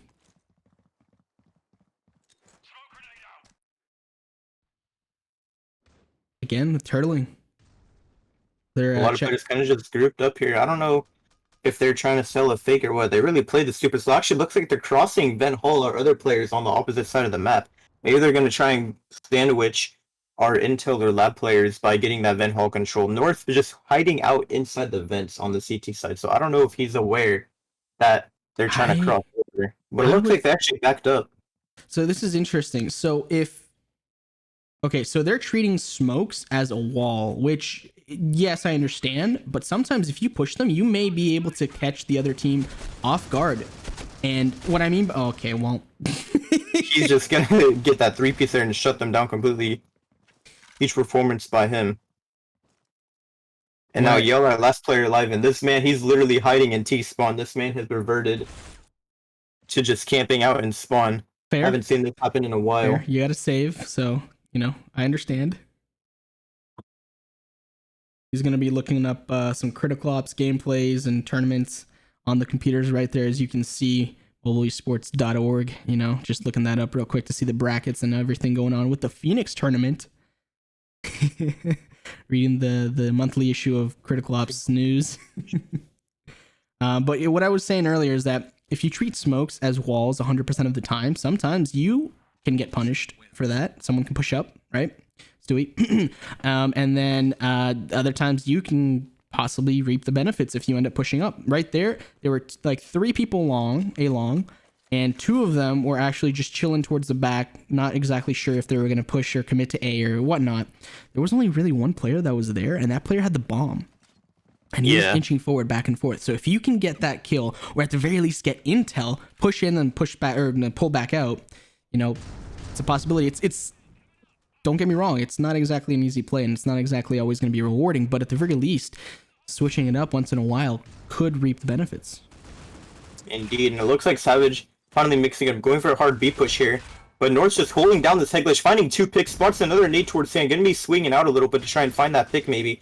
His movement is insane right now, but he's gonna get taken out from B long. A social finding 2. Yell tries to come in and refrag, but he's not gonna be able to do much. And now a social is left in a 1v2 situation. They know for a fact that he went towards the vent hall. Weak has already rotated towards this mid area to try and peek him out as he's approaching this angle, and he's gonna get spotted out, and the headshot. Ooh, I don't think he even saw him. Just instantly gets taken out there. Yep. And the hope, if you're a fan of Savage, keeps getting even more grim as the rounds progress. 11-5 right now for S2. Looking mighty fine right there is Weak, 19-11 right there. On the other side of things for Yell and Savage, he's at 15-11, so it's not too far off. But scoreline doesn't exactly reflect the KD, the entirety of the matches that we've seen here, folks. North gets a first pick right there, gets 2, gets 3! And North just getting a 3-piece over towards B long, shutting down all those players. All right. XL makes it a little bit more manageable now. This is now a 3 versus 2 in favor of S2 CT side. That being said, don't count Savage out right now, as Yell and XL still left up on the board. Bomb is in their hands, so they can still make something happen here. And nice and passively. It's 1! Down to 30 HP. Finding 1. And Yell getting another pick as well on the player that tries to over-rotate. Beautiful. Beautiful right now positioning from Yell and Savage right now, because, like you mentioned, someone decided to over-rotate, overextend themselves and peek. You don't need to do that. And, well, doesn't matter Both because... of them just locking down this mid area right now. Kind of just waiting. I think they expect Weak to come on the aggression area. It looks like he actually might my goodness. go for this Is he gonna catch him? wraparound. This could actually work. in their favor. I don't know if he's going to peek or not. He's thinking about it. You can definitely see he's thinking about it. Yeah, he's considering it. He doesn't know what's going on. They're really just playing this really slow, confusing him. He doesn't know if they're going A, but now he's gonna peek out. Oh, the timing! I think they left right as he peeked out. They did indeed, and I don't know. I'm not sure if he knows whether it's A or B. He's kind of gonna move towards A. He doesn't. Yep, this is gonna be a surprise. But surely his teammates are telling him it's B, and yeah, I think he hears the bomb come down. Both of these players are basically a one shot from the AUG, so if he could just land his shot, this could be an easy clutch for him. Could get a 2-piece. Checks corners. They're going to be spotting him out there, though, and he's going to get taken out. 2v4, and then coming back to get that clutch win. Very well played by Savage, and that might just be the linchpin needed for them to actually be able to get something going here. Well played, Savage. S2 still on the board, though, as their top dog. 11-6 over Savage.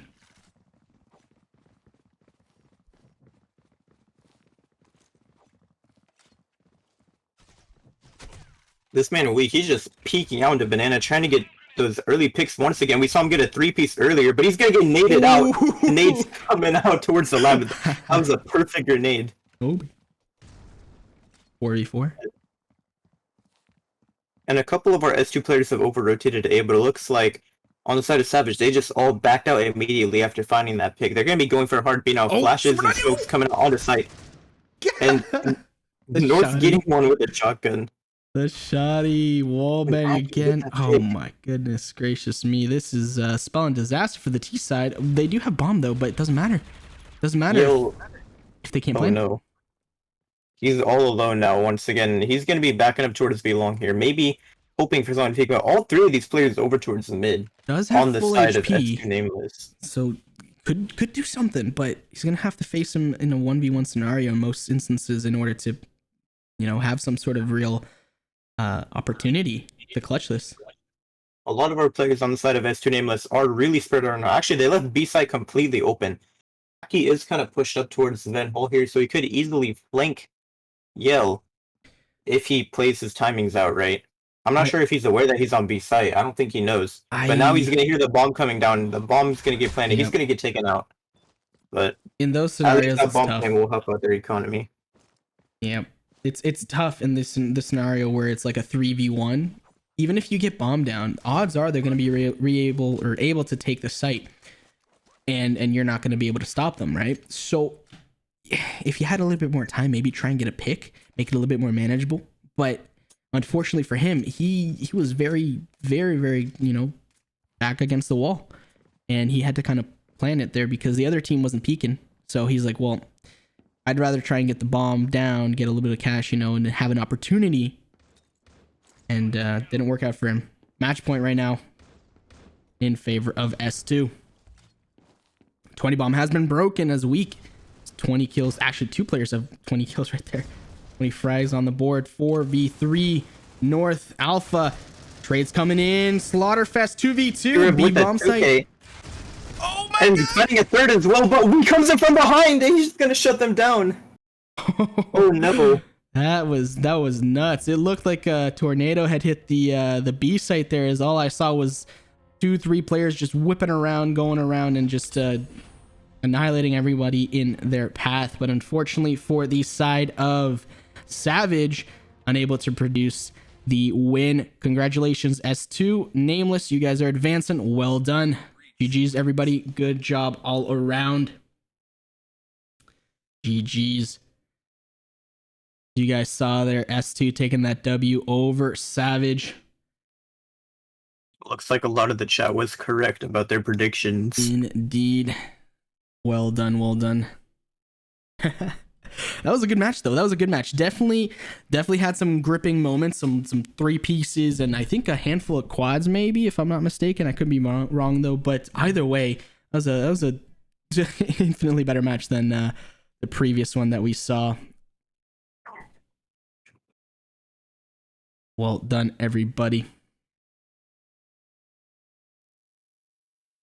Bringing back my my lovely face here, just taking the mic off a little bit there. Perfect. How are you guys doing, chat? How are you guys doing today? We still got some action coming in over here. Gonna go to the preview right now so you can see. So we just had Savage versus S2 Nameless. Then coming up soon will be King 7 versus X. Coming up very, very shortly. Thank you very much for everybody who has tuned in today. Or even if you're watching this, after the fact, thank you. Big shout out to you guys. Without you, it would not be possible. This entire mobile esports community is fantastic. Critical Ops community as well. And thank you. Next match coming up soon, everybody. With that being said, we're going to do some quick housekeeping. BRB.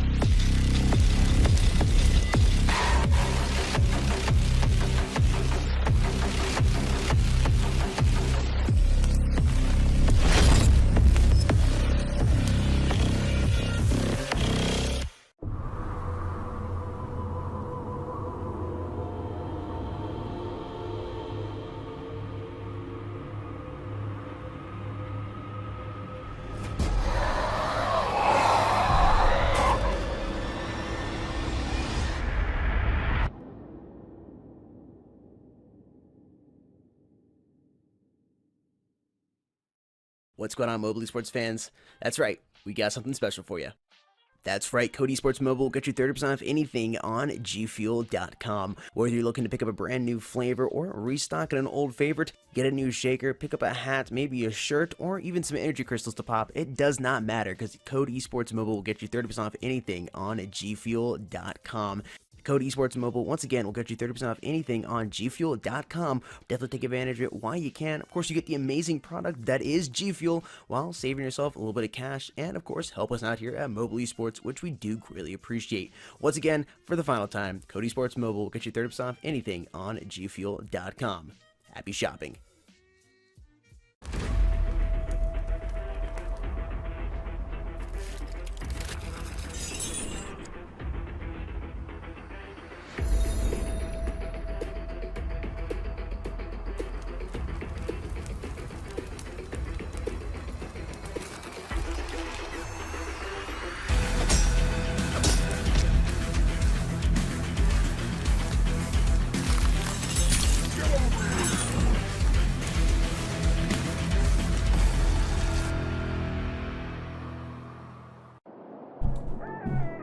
Yo, everybody. Welcome back in. Welcome to the Phoenix tournament, brought to you by, of course, Mobile Esports, us over here at Mobile Esports, G Fuel, Energy Formula, Gamer Goo, and, of course, can't forget Critical Ops, Critical Force, playing Critical Ops.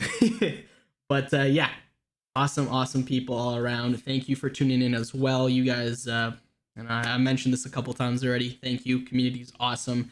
And, want to make it grow until so we can put it on put on a stage for the world. And how you guys doing today? I know you guys were predicting some matches, and some actually, like Manthus and I were discussing a little bit earlier. Most of the predictions were correct. S2 taking the W, and it wasn't super one-sided, but after the flip it kind of did evolve into one-sidedness. But yeah, really quickly we're gonna go over some of the prizes as well. I know you guys have been asking. We've gone through them previous, but just gonna go really quickly through some of the prizes. So we're gonna be having 1,000 in gold hard cash, 600 for the top place team to be divided, and 400 for the second place team to be divided as well. Special U ratio skin. It's a fantastic skin, everybody. I know you guys have probably seen specific skins for specific tournaments before, and this is a special skin as well. super dope. And in addition to that, we're going to be having a mobile esports emblem, fantastic emblem. It's really, really cool. I don't know if you guys have seen it yet, but we might have a preview for it. We'll see. See if I can get one for you guys. 80,000 in-game credits to be dispersed among teams, I believe top 3 teams, and G Fuel Energy products as well. Gamer Goo products, 500 mobile esports credits, and a record in the Hall of Fame. Fantastic stuff, folks, and I can't wait to get this this next matchup on the way. Quickly gonna show you guys who we've got going in this next one. King 7 versus X, and of course, map will be grounded. Haven't seen this one in this tournament quite yet, so it's gonna be interesting, to see how these two teams play it out, duke it out on grounded. That being said, we're gonna take a quick look at our brackets yet again. So we're gonna go back to Group A. We've got our Group A brackets. So we already saw a couple matches from our Group A brackets today. We saw NBK versus Outsmart, which they ended up forfeiting, and then MKZ versus Mercury, which we saw Mercury ended up taking the win 13-1, so kind of a beatdown for MKZ, but Mercury is going to end up moving on and playing versus Outsmart, so we already know the results over on that side. Indeed. Going on to Group B. Yeah, Group B. Once again, like I was saying, we kind of got a lot of really good teams here. We already saw today, just now, S2 Nameless versus Savage, a pretty good game, I would say. But S2 Nameless ended up taking the win. I believe it was 13-7 over on Bureau. So they are going to end up moving on. And right now, we also see we have King 7. And I just want to say this quick. I'm not sure if their team is pronounced X or EX. I really don't know. I feel like their name is supposed to be pronounced EX, but I guess we kind of have to confirm that with them. But we've got King 7 and X or EX, and they're going to be playing as well. And the winner of that game will actually end up playing versus S2 Nameless. Going on to next bracket for Group C. Yeah, so Group C, we've got, a lot of NA teams like Philosophy, D2R, Seminole, Ivy Militia, Arcade Knights, a lot of good teams. Ivy Militia, I think, will probably move up pretty far. They're going to have to play versus Destined to Rise. They're honestly probably the 2 best teams in North America right now. If you guys were familiar with the circuit, you guys might remember it was Xenocide versus Hammers, and Xenocide basically rebranded into IVM, and Hammers rebranded into D2R. So we still have these 2 teams clashing it out in our Group C bracket before they even make it to the final bracket. Indeed, and of course, coming in at Group D for their bracket. Group D, once again, we've got S2A, UNB, King of Hearts, a couple of good NA teams, and in addition, we've got our incredible South American team, Evil Vision, over at the bottom of the bracket. So going to be a lot of exciting matches from that. Indeed, and like Mantis mentioned earlier, we're going to be having a match right now, and that is, of course, going to be King 7 versus X, I believe is how we pronounce it. But yeah, King 7 versus X. Those logos are quite cool, not going to lie. I like both of them. But yeah, chat, we're almost ready. Like I mentioned before, sometimes it takes a couple more minutes to get everything settled in so we can get the best possible game for everybody. So yeah, that's why we aren't exactly diving into the action right now, but it should be very, very soon. And we really do appreciate your patience. And we'll get this, we'll get this to you guys as soon as possible. Right now, King 7 versus X is going to be coming up very, very shortly. Yep. And by the way, I just want to point out real quick, I did actually just ask them, and they said their name is supposed to be read out as EX. So EX. All right. Apologies if that is a little confusion right there. Apologies if I end up saying X, but I'll do my best to remember EX. With that being said, I do believe I have received the emblem. I'm going to see if I can actually show it to you guys on stream, and I'm looking at it right now. It's a nice one. It's a nice emblem. All All right, I'll get confirmation soon, and if I can show you guys, if not, that's okay. We'll get it to you guys, sooner rather than later.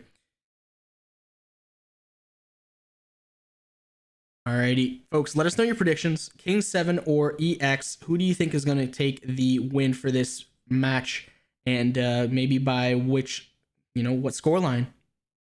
Leave us a comment or a live chat. Let us know who you think is going to take the win. King 7 versus EX, and by what scoreline? Any players stand out right now for you, Mantis? Or any names that you maybe recognize? I am taking a look at our scoreboard right now, and I'm noticing that on the side of EX, we've got a lot of good players. So you might see we've got Adam Q over there, which he's a pretty known European player. He's been in a variety of good teams. I'm also seeing Lip Gloss. I've seen him around, and Mesmeric. I believe he goes under the name. He's gone under the name Curio in the past, so he's also a pretty good and well-known European player. So I think EX definitely has a lot of great players. While over on the side of King 7, I'm not familiar with too many of them, but I mean, hey, I guess we're gonna find out how they perform in just a couple of minutes.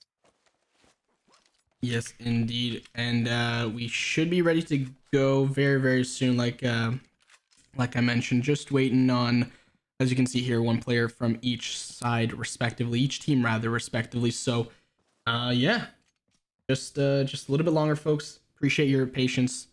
We'll get this matchup ready and on the road soon.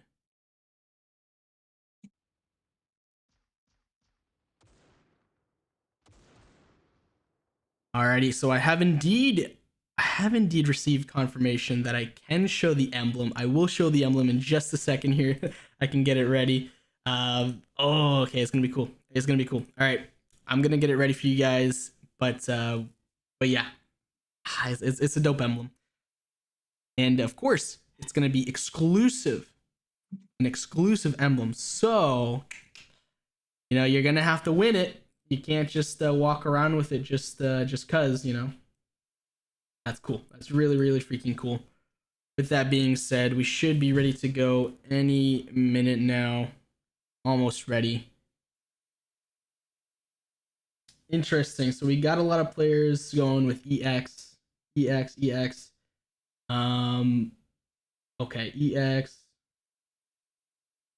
I don't see many players going for anybody other than EX, but maybe King 7 has some fans that are joining in slowly. Who knows? I am seeing one person in the chat saying he thinks EX has a really good team, but they're gonna underperform anyways. That's gonna be Interesting addict opinion right there. there. You do see that sometimes because a lot of these teams will typically just tend to pick up a lot of players who can, get their picks, get their frags, but as a result, their chemistry together isn't too good. And when you just put a team of fraggers together, it doesn't always work out. You kind of need a good balance based on Yeah, what roles you play. true. Very, very true. It's not always just people who can frag or slay out or anything of the sort. It doesn't always work against other teams. So you want to have a well-rounded team, and that's usually what you want in most scenarios. And we'll see. We'll see what comes into fruition.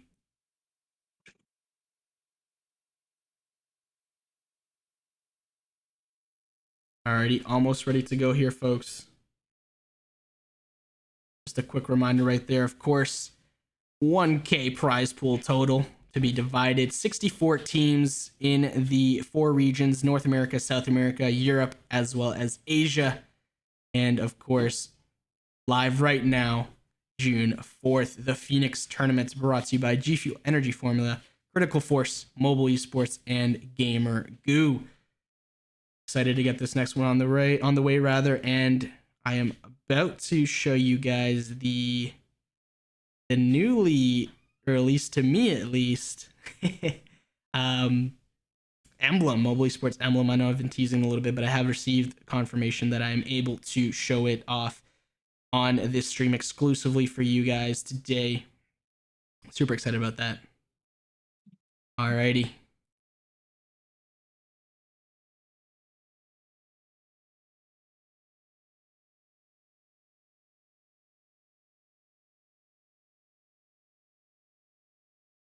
Yo, Shish, what's up? Oh, I see you there, Waddy. What's up, man? Thanks for tuning in. Appreciate it. Thank you, thank you. Thank you to each and every one of you tuning in as well. Really, really do appreciate it. Alrighty, folks. I have it right here, and you guys are able to see. Are you ready? Because I know I'm ready. 3, 2, 1. There you go. Alrighty. That is the dope emblem that we got over here at Mobile Esports. That, of course, winning team is going to be the ones that are, well, going to be repping that Mobile Esports emblem. Indeed. Alrighty, gonna show the brackets really quickly one more time. Group A over here. Yeah, so Group A, we've already had a couple of games played for today. We've got our MKZ versus Mercury over at the bottom, and NBK versus Outsmart as well. Outsmart and Mercury being the two teams that advanced, so those are the matches that we've seen for today. Probably other games in this bracket will be streamed further on throughout the weekend, because not every game is going to be played today on a Friday. Correct, indeed. And then next up, we got Group B as well. Quick overview of that. Yeah, so Group B, we're seeing once again two teams together, or two matches together. We've got S2 Nameless versus Savage, and then King 7 versus EX. And we already saw that S2 Nameless ended up taking home the match versus Savage 13-7 on Bureau, so they are going to be moving on. And the winner of the game that we're about to watch will have to face versus S2 Nameless in the next round of this tournament. Indeed. And that match for S2 and Savage was quite close up until around the flip. And then after that, well, S2 just ran away with it, just, doing their very best and getting a lot of frags and, well, positioning, ultimately enabling them to take that win, advancing. And now we're also advancing into Group C. Yeah, so Group C, we've got, a lot of good NA teams here over on the side of Group C. We've got Ivy Militia, which is Xenocide rebranded, and then Descent to Rise, which is Hammers rebranded. So we've got two, really good powerhouse teams facing off. They're probably going to be facing off in the semifinals of this Group C bracket before they move on towards that final bracket. So I definitely think there's going to be a lot of good matches happening here in this Group C bracket, if you're a fan of the NA side. Moving on to the final bracket, that is Group D. Yeah, so Group D, once again, we've got, a couple good teams like S2A, Unbreakable, King of Hearts, and then those are all pretty good NA teams as far as I'm concerned. And then we've got Evil Vision as well, really a powerhouse South American team. So for our South American fans, expect to see them climb up pretty far into this Group D bracket, as they will most likely make their way into that final bracket. Indeed. And folks, gonna go and show you guys the emblem one more time. The exclusive, only the champions, only the winners will receive. And of course, the Fire Team's tournament champions, of course, receive the same emblem as well. But it's a very unique emblem. Only a limited amount of players, an extremely limited amount of players have this emblem. So it's super dope. And, it symbolizes that you guys have won a mobile esports tournament. And it's something you can take and you can say, hey, I'm swagged out. Hall of Fame, you got a whole bunch of prizes as well. And, the confidence of knowing that you are a Critical Ops mobile esports champion. Super dope indeed. And this match is almost ready to go as well, so that is dope as well. Gonna be taking a quick look at the schedule that we have for the stream. Of course, the matches that we've played: MBK forfeit over versus Outsmart, so Outsmart moves on. MBK, unfortunately for them, unable to take the W, and Mercury does indeed. It was kind of a steamroll, 13-1, not gonna lie. So Mercury taking that one, and then Savage cutting it close, but unable to step up to the plate when needed. S2 Nameless taking that win, 13-7 over Savage, and the match that we've got lined up for you right now is King 7 versus EX. It will be starting very, very shortly. Thank you very much for tuning in and being patient. I know sometimes matches take a little bit longer to start off than you'd like, and, well, trust me, we're on the same page here.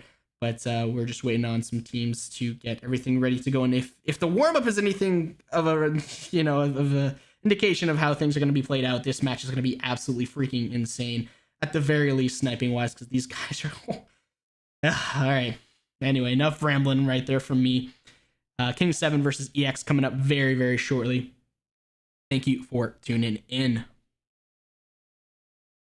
I believe we're actually about to be hopping into this knife round for King 7 versus S2 Nameless. We've got all our players finally in the room ready to go, and they're getting ready to knife over towards this B mid area. Alrighty, let's take a look at this knife round. I want to see it. I want to see it. Alrighty. So of course, knifing for sides over here. Everybody hitting mid, and Slaughterfest in 3, 2, 1. Oh, they're kind of just going in hard. Ooh. 1v1 and apple fork. With the cord. It's always interesting to see what teams do on knife rounds, because sometimes they're too scared to push and they just stack on a corner, and other times they just clash head on. Indeed.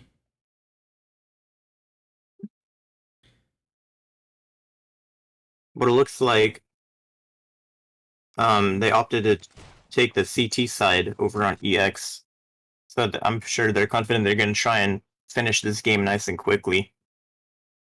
Indeed. All right, we should be live momentarily.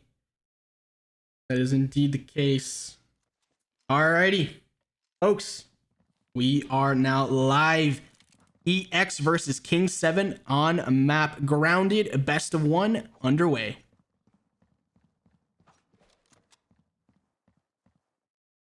Looks like we're on side of King 7. They're kind of just playing really slow here over towards this B area, waiting to see if, maybe EX will get a little too fast, a little too aggressive, but I don't think they're going to be getting too aggressive. It's really weird how a lot of teams play pistol rounds, because some of them, they just try and for a fast push, and others will play slow. So a lot of teams try and it's really just a mind game, whether you think they're going to play fast or not. We're already seeing a couple trades happen over towards the B site. A lot of these players are pushed up towards B mid and B long, trying to see if they can get some good positioning here. We got one player watching the flank back here over towards Cafe with this Desert Eagle, but the rest of them kind of just chilling out in B mid right now. I will say that I think that Kings actually has a better buy here on their side, because a lot of them have like Deagles and GSRs and stuff. Well, I'm seeing a couple P250 over on the side of EX. Interesting name, 999, Mr. Juice WRLD. And they're really scared to push 3 people. Oh, B. I think it's B heavy right now, folks. Smokes, util, everything being utilized right now. 9! Oh my goodness, 999 getting a 1, 2. 2K. And some through the smoke right there on the edge, maybe. Is he gonna be able to get a third? No, he's not. Oh, mine comes in with his GSR. Oh, he's reloading. I don't know how he's alive right now. We see the knife coming out. Oh, I don't know what's going on. This man he gave up already. He's saying, here, that's knife. All mine, or rather, Adam is like, nah, you good, fam. That was good. That was funny right there. I like that. That was a good pistol round all around. Unfortunately for the side of K7, not able to, win it. But in terms of an eventful round, that was quite nice. Pistol round, of course. Round number 2 coming up right now. EX and King taking that 7 first actually one. just going for this hard A push here, but the nade's coming out. That's going to do some nice damage, but it doesn't matter. 9's going to get taken out there. And these eco picks are actually going to come in, but all these players are so low from the grenades. I'm seeing so many, 3 of them on red HP, 4 of them on red HP, actually. This should be an easy retake for EX. I don't like how everyone's playing inside the site. I don't know if that's how I would play it.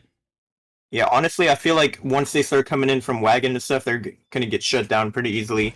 We see Apple kind of coming in here, and these should be easy picks. Everyone is super low, literally just going to be easy picks for everyone. Yeah, all the picks coming in. They couldn't really hold it down. But for the players...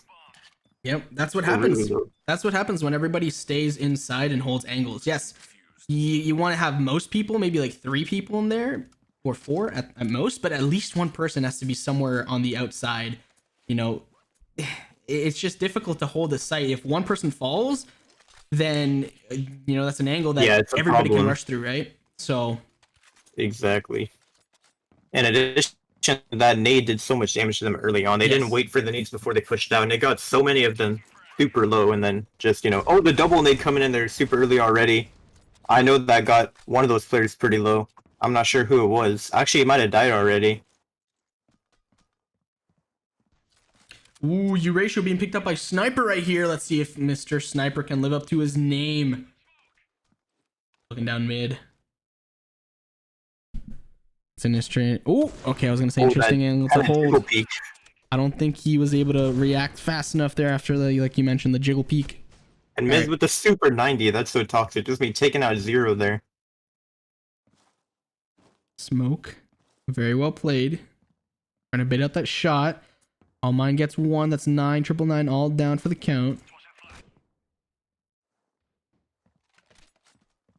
4v3. Bomb is in the hands of the T's. They have mobility, they have util, and they have weaponry, but they may not be able to get to sight and hold it in time. We saw Adam Q smoking off that wagon play. That wagon, and I think it was worth it. Oh my god, lip gloss just with that 2-piece there. Yep. He just stared at him. I don't think he saw him. Oh, the quick scope! Oh my god, he just destroyed Mez right there.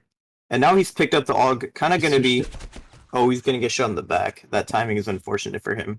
That was an interesting round right there. It looked as if it were gonna be like a super one-sided, like I think it was a 4v1. Next thing you know, Sniper's like, hey, pew pew, quick scope.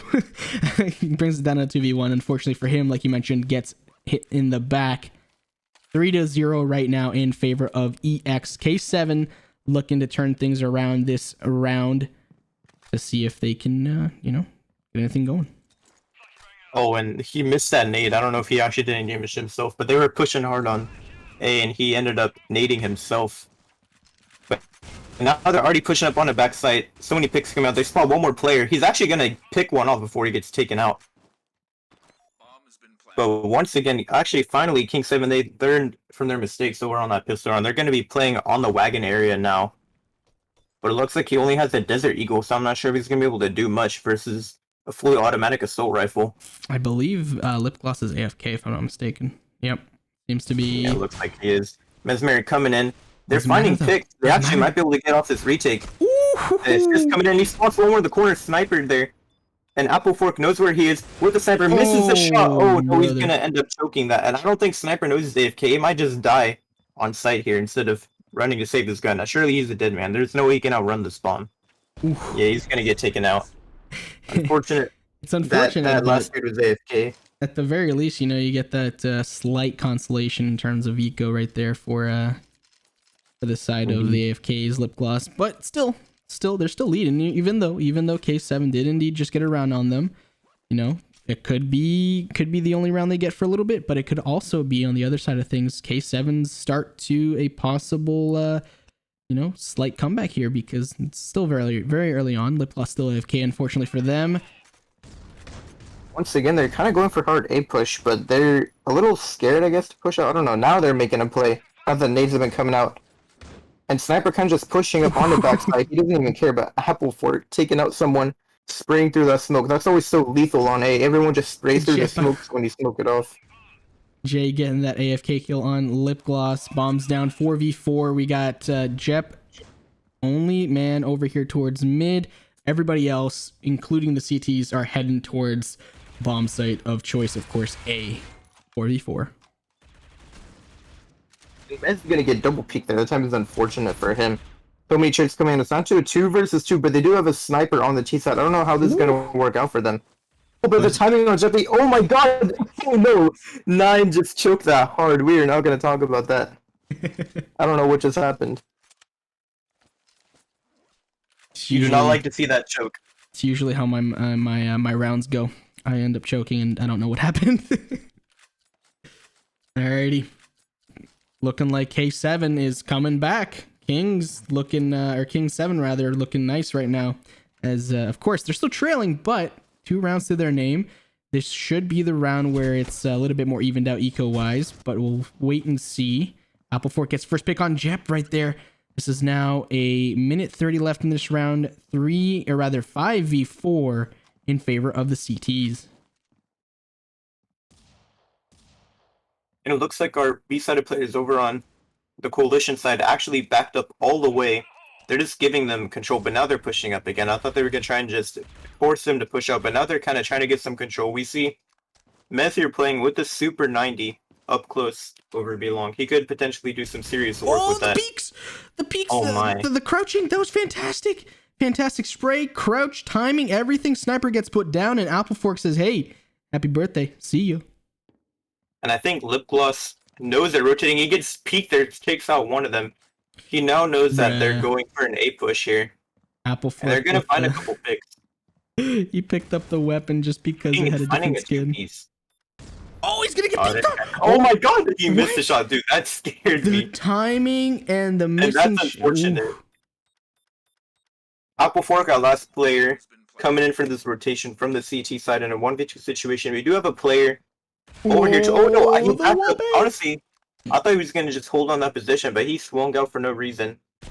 But King almost chokes that. He gets taken out at 13 HP, but he is going to end up clutching up that round. And now Well King played. 7 has tied it up already. Taking a quick look at the scoreboard, Apple Fork hitting double digits right now, 10 of 4 round, or rather not round count, KD. And on the other side of things for the top dog on K7, Sniper at 7 and 6, trickling down ever so slightly. It's about the same. The only two that you can say have slight, differences maybe like are the top two, but apart from that, even Steven basically. Okay. Picks coming out over here towards the A site. Jetpa coming in late with the sniper. Spots a player Yeah, it's trying to wide. backstab from Wagon. He's going to take him out there. That timing is unfortunate for Mez. I like the way they're playing this right now, especially with the U ratio with the sniper in hand. Just because you have it doesn't mean that you have to keep it throughout the entire round. Use it and swap out for a red gun, and that's what he's doing right now. And they always like switch up between guns like all the time. Apple Fork, I think he knows that this last player's over towards Wagon. Oh, but the headshot. Doesn't Can't manage matter. to find 2 the kill. HP in a dream, grabs the U ratio and dips out of there. Very well played by Jep. Like I mentioned, utilizing that U ratio, that sniper, to its fullest extent, and then saying, hey, knowing when to chill out and grab another weapon. Very well played by Jep and K7. Unfortunate for the side of EX, they are still doing quite nice in the KD department, but that doesn't matter. Scoreline reflects differently. K7 leading by 1.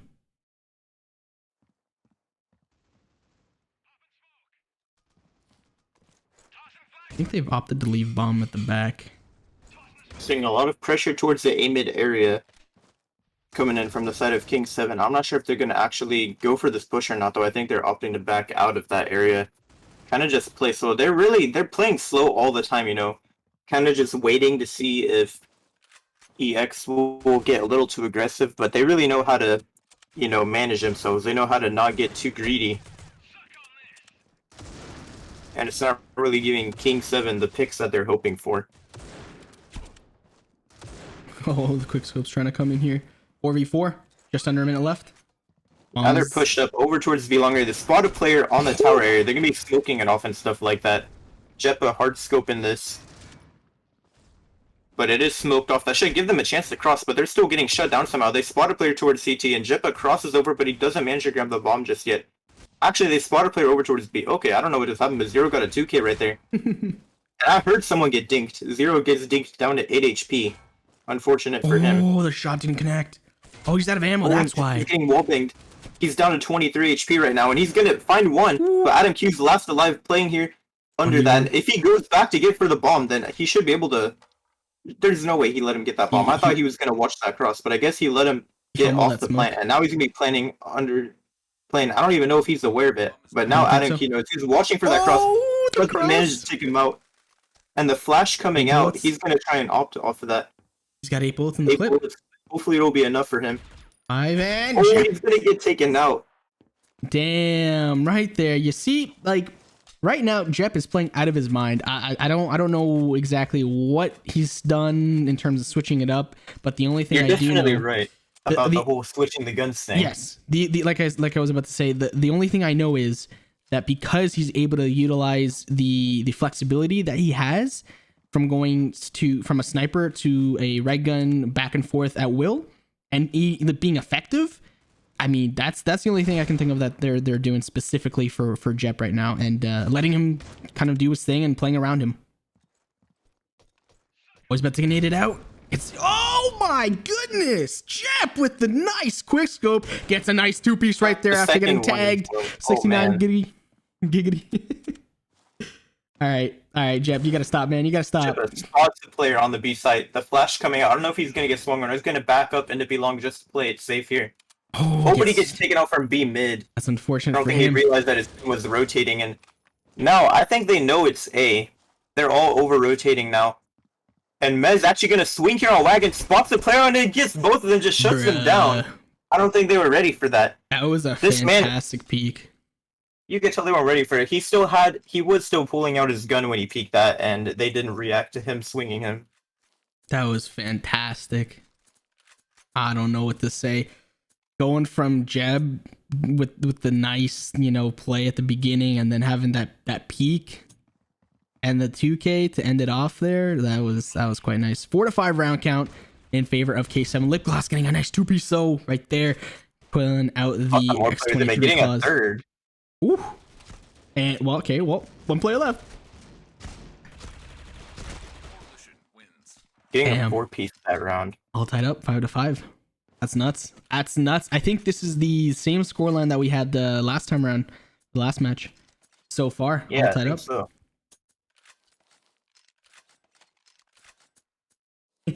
Chat, I see you guys there. I see you. Yeah, he's on fire right now. I don't know what else to tell you guys. Individual performance seems to be, prevailing for the most part, but individual performance usually only gets you so far. Teamwork is where it's at, so we'll have to wait and see how the rounds progress. Oh, and that timing, he pre-fires the wrong corner. And now Mez, does some damage Slows the to push. mine, but he can't manage to get the pick. And Adam Q playing a really interesting angle here in this corner of sight with his wagon smoked. It's gonna give him the advantage that he needs. And now the flash coming out, he's gonna take out The one of them. flash. And he spots one more player over towards the wagon. And he's about to be a dead man. Coalition The headshot. wins. Beautifully played by the CTs right there. Excellent. Like you mentioned, the smoke right there for Adam Q and the flash and everything just went beautifully for them. And that's how you got to play it sometimes. You got to play positioning and just util and not try and, ego chow everything. And it seems to be working out right now for at least that round for the CTs. But yeah, EX back on top, 6-5 over K7. Blind. Oh no. It looks like King's just going for a hard A push once again, but the picks are coming out now. I Pre-fires don't know the what other just one. happened. Almost got it. Oh, I guess that guy was splashed. They were both kind of just sitting there, not Yeah. reacting to each other. Last And one Mez live. taking out Jep. that last player. All right. Good EX half. picking it up at the end of the half there. They managed to make it 7-5 in their favor. The real question is how they're going to play this out on the T side.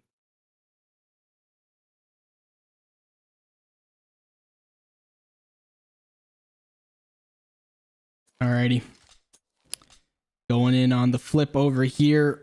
King not doing super hot after. Actually, this is literally the exact same scoreline that we had going into the flip for last match. Interesting to see if maybe, K7 comes back and gets that 5-7, or rather 13-7, or I don't know if it might be the other way around. EX with the 2-round I don't advantage. know. Mez spotting a player there towards Amid Glass. Actually, eventually gets the kill, but he's going to get traded out by King. And now they brought it into a 3 versus 3. Lip Gloss finding another pick with our revolver. They do have a lot of map control, and someone is flanking them as well. I'm not sure if they're aware of it. Apple Fork is going to go for the knife, the disrespect. Oh no. He's going to take out one of them. And he almost chokes the shots on that second guy, but he does manage to get the kill eventually. This may be, a snowball effect yet again. Don't want to say for sure, but it's definitely possible. EX looking as if they're probably maybe gonna at least get one more round here. We'll have to wait and see. Usually it's how it goes. The first round decisive. Whoever gets that usually wins the next 2 or 3 rounds, and then we get into the more even eco. Usually that's how it would play along.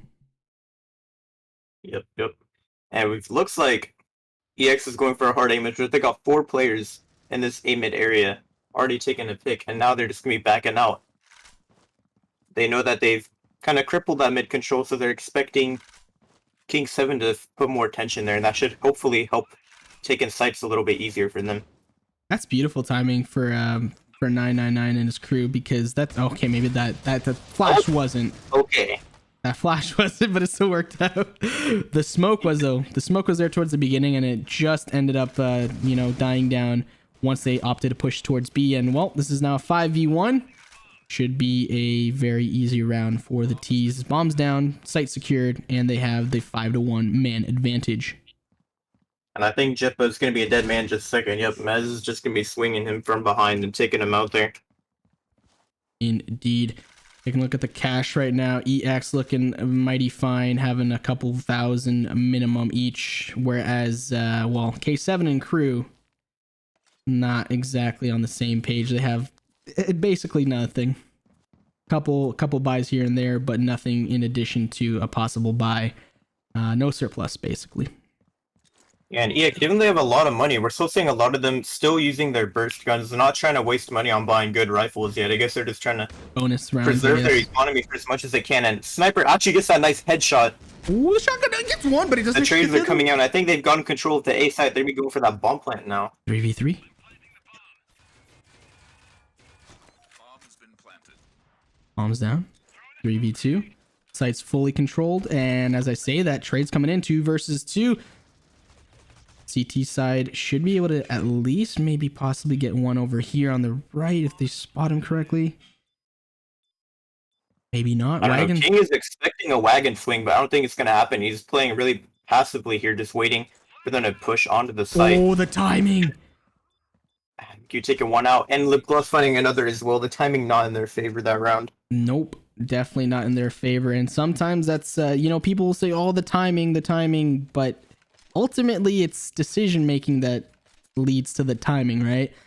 So one could argue that your decision making may be better if you win that gunfight due to quote unquote timing. That being said, stuff happens, and sometimes, purely is just a timing thing,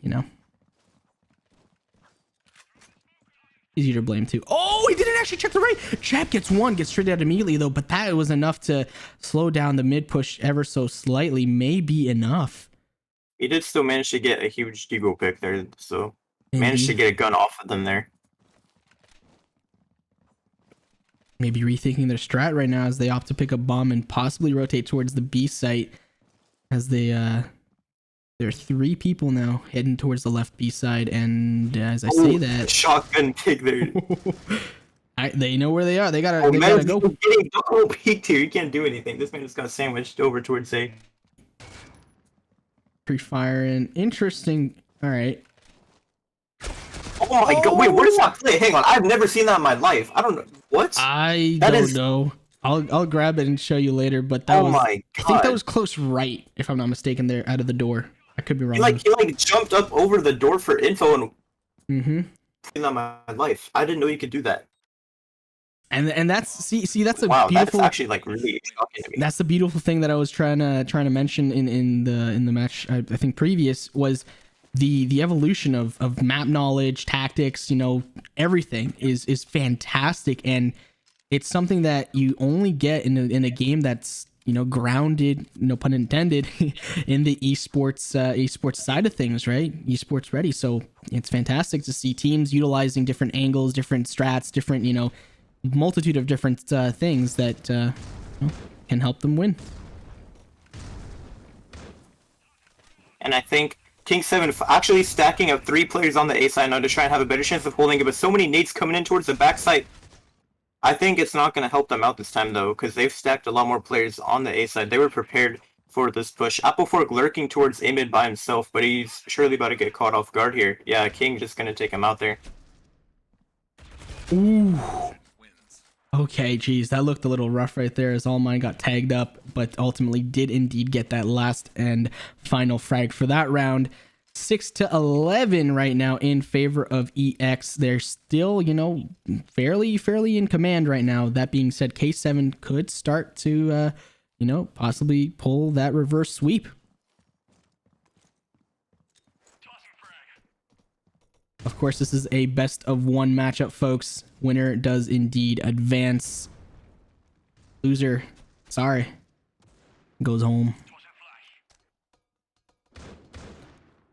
Flashes going in over here. All mine hearing something over here. A couple flashes, and Jeff gets a kill though. 4v4 trades coming in. Oh, all mine getting flashed out of his mind. Able to get one, get two. How did we get two? I thought he was gonna get two. The Oh first my. one, I believe it was just him having the crosshair placement exactly where he would have been, but he was still flashed. The second one, I think it was just, unfortunate for the player that pushed out, thinking he was flashed. That was nice though. They did manage to bring it down to a 2 versus 3. Apple Fork once again lurking towards this A-mid area here. I don't know if they're going to both offers, but no, he's going to get shot in the back. I'm not sure if they were aware of this. And Jeppa trying to support him as well. And he actually, I think he wallbanged him through the sign there. I don't know if that's what happened or not. It looks like he was doing that. Well, I got timing there because I switched off him just as the kill was coming through. Yeah, that happened to me as well. Because I saw him like pre-fire the wallbang, then I switched players.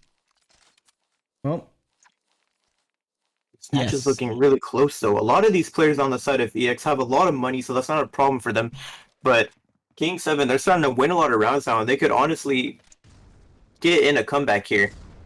Indeed. So despite the fact that... Oh my goodness, all mine savage. Sorry to cut you off. Keep going. Yeah, no, you're good. So EX, even though they have a lot of money, they're opting to take an eco round here. I'm not sure why. A lot of them fucking these economy weapons, and looks like Lip Gloss by himself, if you see over towards storage with the bomb, just kind of lurking here. Why? And he's gonna get a pick with it. He's gonna try and just get that bomb plant down by himself. Now Zero's gonna be peeking out on the side. He actually spots them out there. Oh my god, Lip Gloss with the... Oh no, the disrespect just jump shot, headshot him. That is not what you want to see. And Adam Q coming in with this lurk as well. Lurking over towards A-mid. They do have guns. Honestly, they could pull this off with this trap, but no, Lip Gloss gonna get taken out. Bro. Jeez. And Adam Q over here towards the connector area. I'm not sure if he's going to peek out of this or not. Going to spot out one of the players in Jetbar. Last one, but the wallbang through the school. Oh, man. Oh, my. This is nuts because, like I mentioned, Jep is just able to do it all at this point. What it seems like it, honestly. And well, the fact that no one's really countering Jep in any real meaningful way. Maybe Lip Gloss and Mesmeric are getting frags, but I mean, in terms of keeping this man down, it's not really happening. It's not really happening, and he seems to be leading the pack right now for the comeback. But we'll see. On mid, he's always able to do so much work with that sniper. Whenever he gets put in that situation, it looks like EX trying to opt for 8-bid now. But unfortunately for them, I think Jep is sniping this once again. Yeah, holding that down from the B side. And he does already get a pick on the Lip Gloss. Spots a second, but can't manage to find the pick. He's kind of just hard scoping this now, waiting to see if someone's going to peek out. I think they're just going to opt to back up, though. They really don't want to try and challenge this. They already know they're in a bad spot with him sniping here over towards the B side. They're probably going to try and opt for an A push because they really do not want to have to counter him now. Oh my, spots one in the corner, but no! He tries to swing out for some info, and he's going to get taken out by Mez there. interesting. I say no one's really trying to counter him, and well, Jep seems to have attracted the attention of Mesmeric with the sniper. The ratio coming out for both Mesmeric and Jep. And it looks like we got two players watching this A cross right now. While the other two are on B, and they're going to spot one of them out. Zero's going to get shut down with that wallbang, and now I think Jep is on the rotation, but oh, he gets caught off guard by Apple Fork. And that's going to take down one of their best players right now.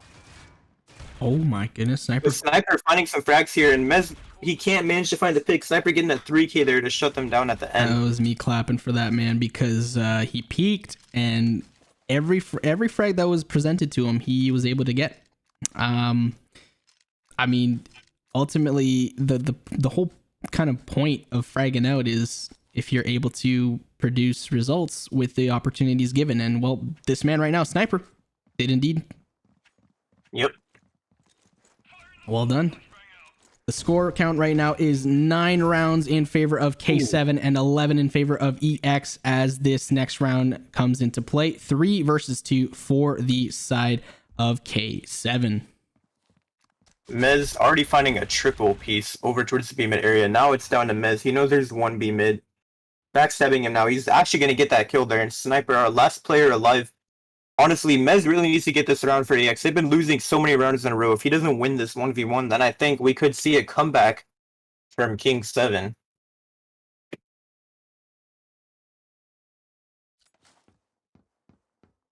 Going to be slowly peeking out, and I think, oh, the timing. Sniper's going to back up now as he starts to peek out a little bit. I'm not sure if Sniper's aware. I don't think he knows a bomb is down, because there's no way he would have rotated. And Mez, honestly... I think oh, never mind. Sorry, that's a chair. Yeah. That's a chair, yeah, never no, mind. Sniper coming in from behind. Now, I don't know if he's going to be peeking out B-side or not. Actually, he's going to spot him out there, getting down to 15 HP, and now he's going to go for those cheeky wallbangs, I can tell you that. Mez, only 35 seconds on the clock, but instead of going for the bomb plan, he's coming up close for the peak. This could honestly catch him off guard here.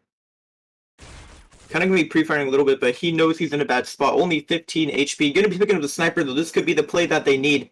If he can just get this pick here, spots him out. And I think now Sniper's a little scared to peek now that he knows that Mez is sniping with the U-ratio. And now he's going to go and just try to get that bomb down. And I think Sniper knows the bomb's being planted. And Sniper just going for those wallbangs, but Mez is jumping up to make sure his toes don't get shot, but it doesn't matter. He's going to get taken out. Damn, that was close. That was close. Sniper doing the business right there and making his team proud, getting that round and clutch as well. 10-11 in favor of EX. K7 could be inching forward ever so slightly to a victory.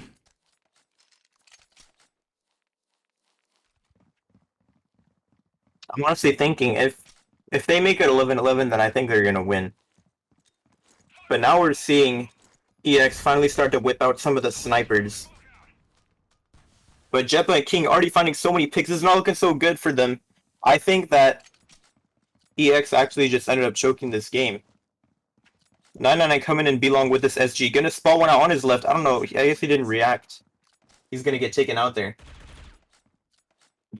And just like that, the round is over. It's 11-11. Honestly, only 2 rounds that either team needs. And EX has been on a losing streak right now. I'm not sure if they can afford to lose another round. They really need to get a win here, or it's going to be a problem. I think this is like, what, 4 or 5 rounds at the very minimum right now that they've, you know, just been unable to produce anything, and K7 has been able to come back and tie it all up 11-11.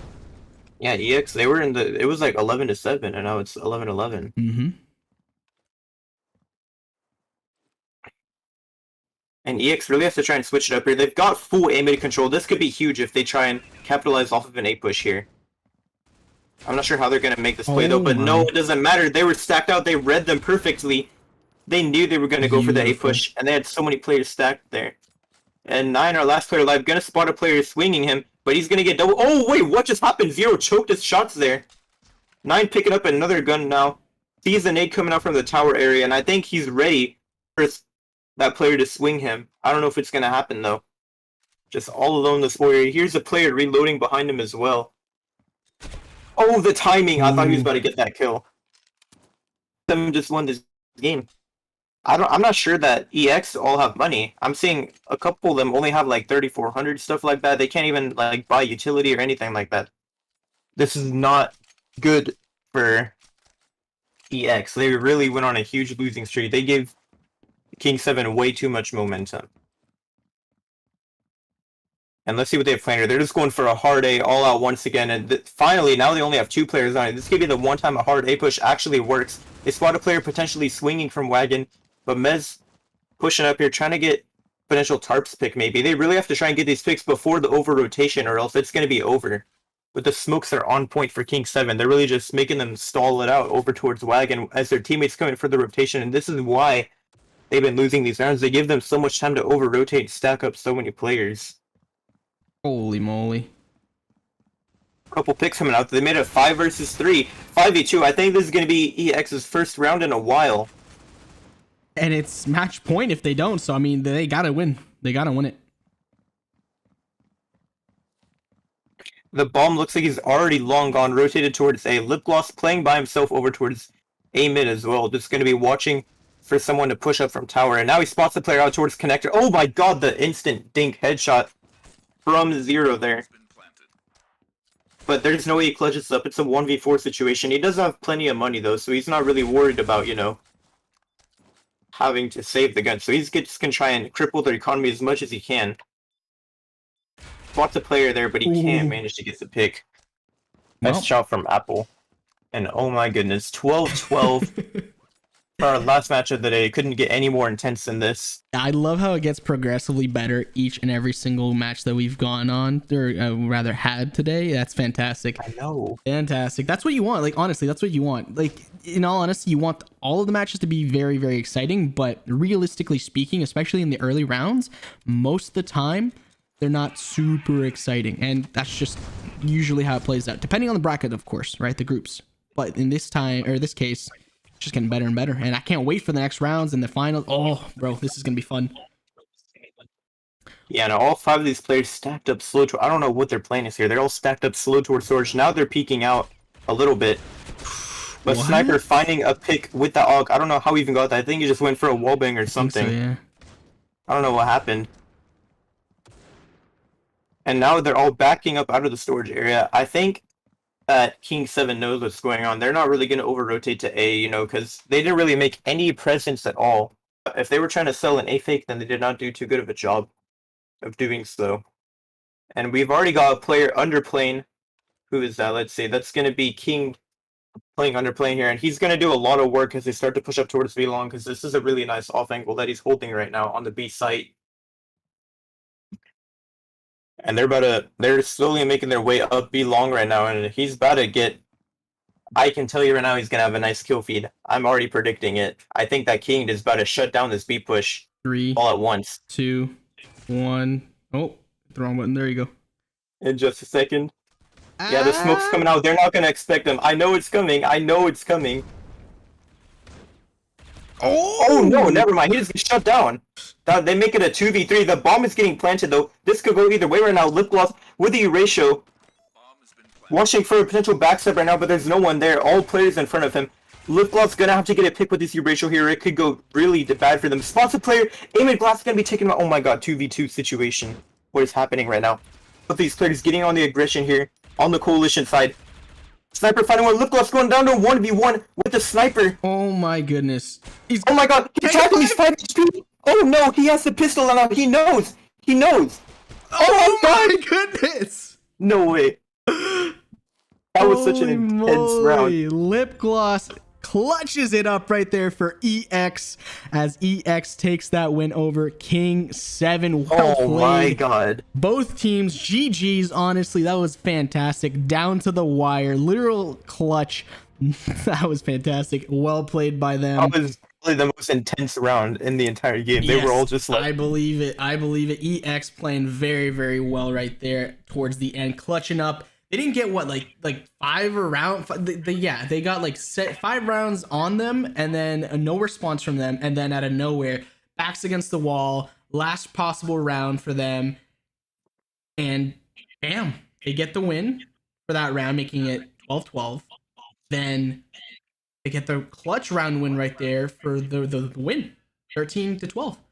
That was fantastic. I don't know. I don't know what else to say, because that was just good gameplay overall. Lots of exciting matches in terms of the gunplay, the gunfights, and frags. Tactics were actually quite cool, quite good. Some questionable plays, I will say, from both sides. But in terms of rotating and recognizing when to use certain things, in terms of utility or weaponry or whatever it is, both teams, were rocking out quite well. I will say Jeppo, I don't know, had something special about him there. He was really like a power player for the side of King 7. He was just such a flexible player, really switching up between the weapons, like literally mid gunfights, and he was really he had his own special dynamic, but it was working for him. Indeed, it was fantastic. GG's both teams. EX ultimately pulling out that clutch right there. 13-12 is the round count, and EX will be advancing to face off. Actually, let's take a look at the bracket real quick. That way you guys can kind of see who they would possibly be going against here. But as I say that, I think I've lost it. All right. Anyway, long story short, they're gonna keep going on, and it's gonna be fantastic. I can't wait to get to the next matches, dude. Like, this is just gonna be something fantastic. That last match was really something. It was so intense at the end. I had no idea who was gonna win that, man. They were Yeah. both just like so intense. Once they realized everyone was, they were like Yeah. playing really passive. I could tell they were nervous with peeking out and stuff like that. Indeed. But chat, we do indeed have more matches to come. Not today, but tomorrow, which is Saturday.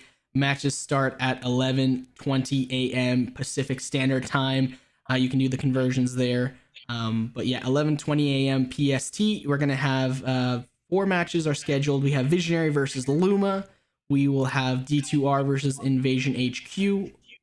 Unbreakable versus HBO, as well as Inevitable versus King's Clan. Super dope matches. I recognize actually a plethora of names right there, so exciting to see what results and how the matches progress tomorrow. Don't forget, tomorrow, Saturday, 11:20 a.m. PST. Be here and be part of the incredible matches we've got lined up. Super dope. And yeah. Thank you to each and every one of you who has tuned in today. If you are watching live or if you are watching after the fact, please consider giving us a like as well as a sub, and anything else that you feel free to do as well. But yeah, thank you very much for tuning in, everybody. We're gonna go quickly recap some things, but Mantis, you have anything else to say about the game maybe that we just witnessed?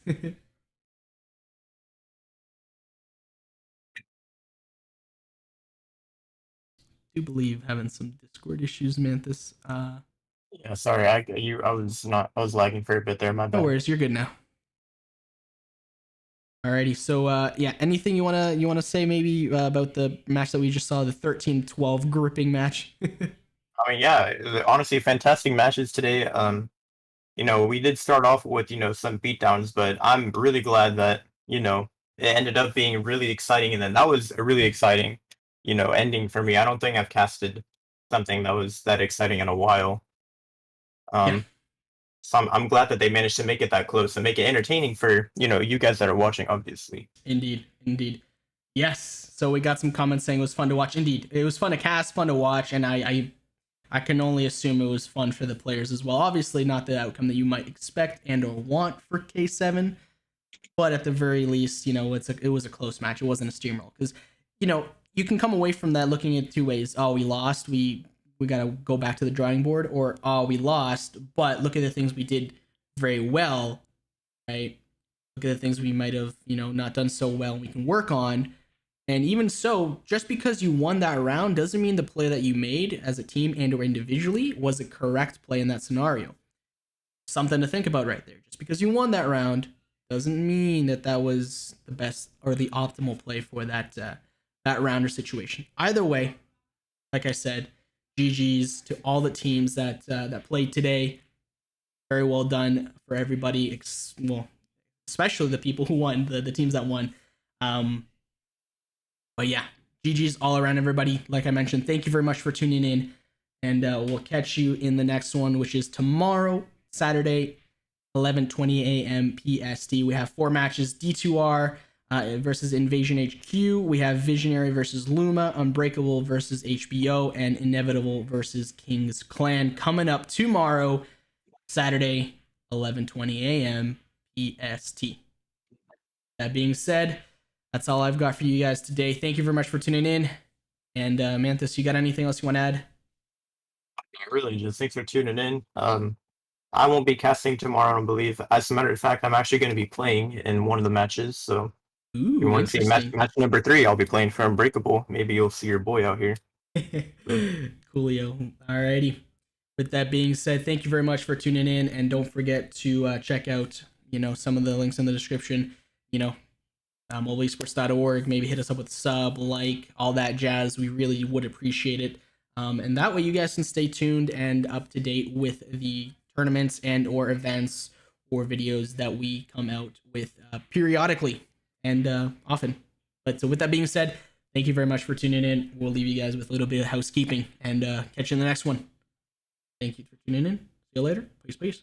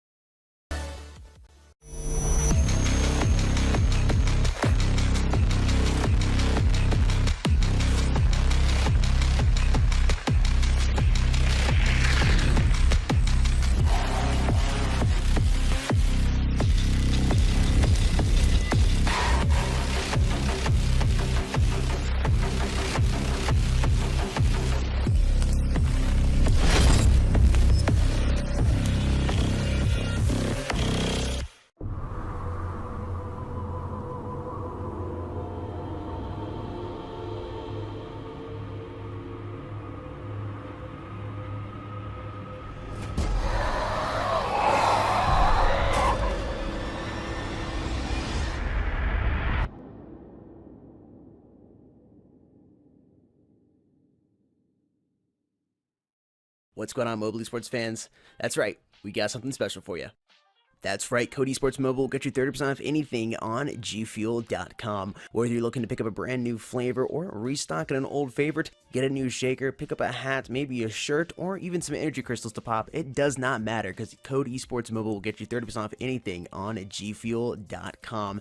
Code Esports Mobile, once again, will get you 30% off anything on gfuel.com. Definitely take advantage of it while you can. Of course, you get the amazing product that is G Fuel while saving yourself a little bit of cash. And, of course, help us out here at Mobile Esports, which we do greatly appreciate. Once again, for the final time, Code Esports Mobile will get you 30% off anything on gfuel.com. Happy shopping.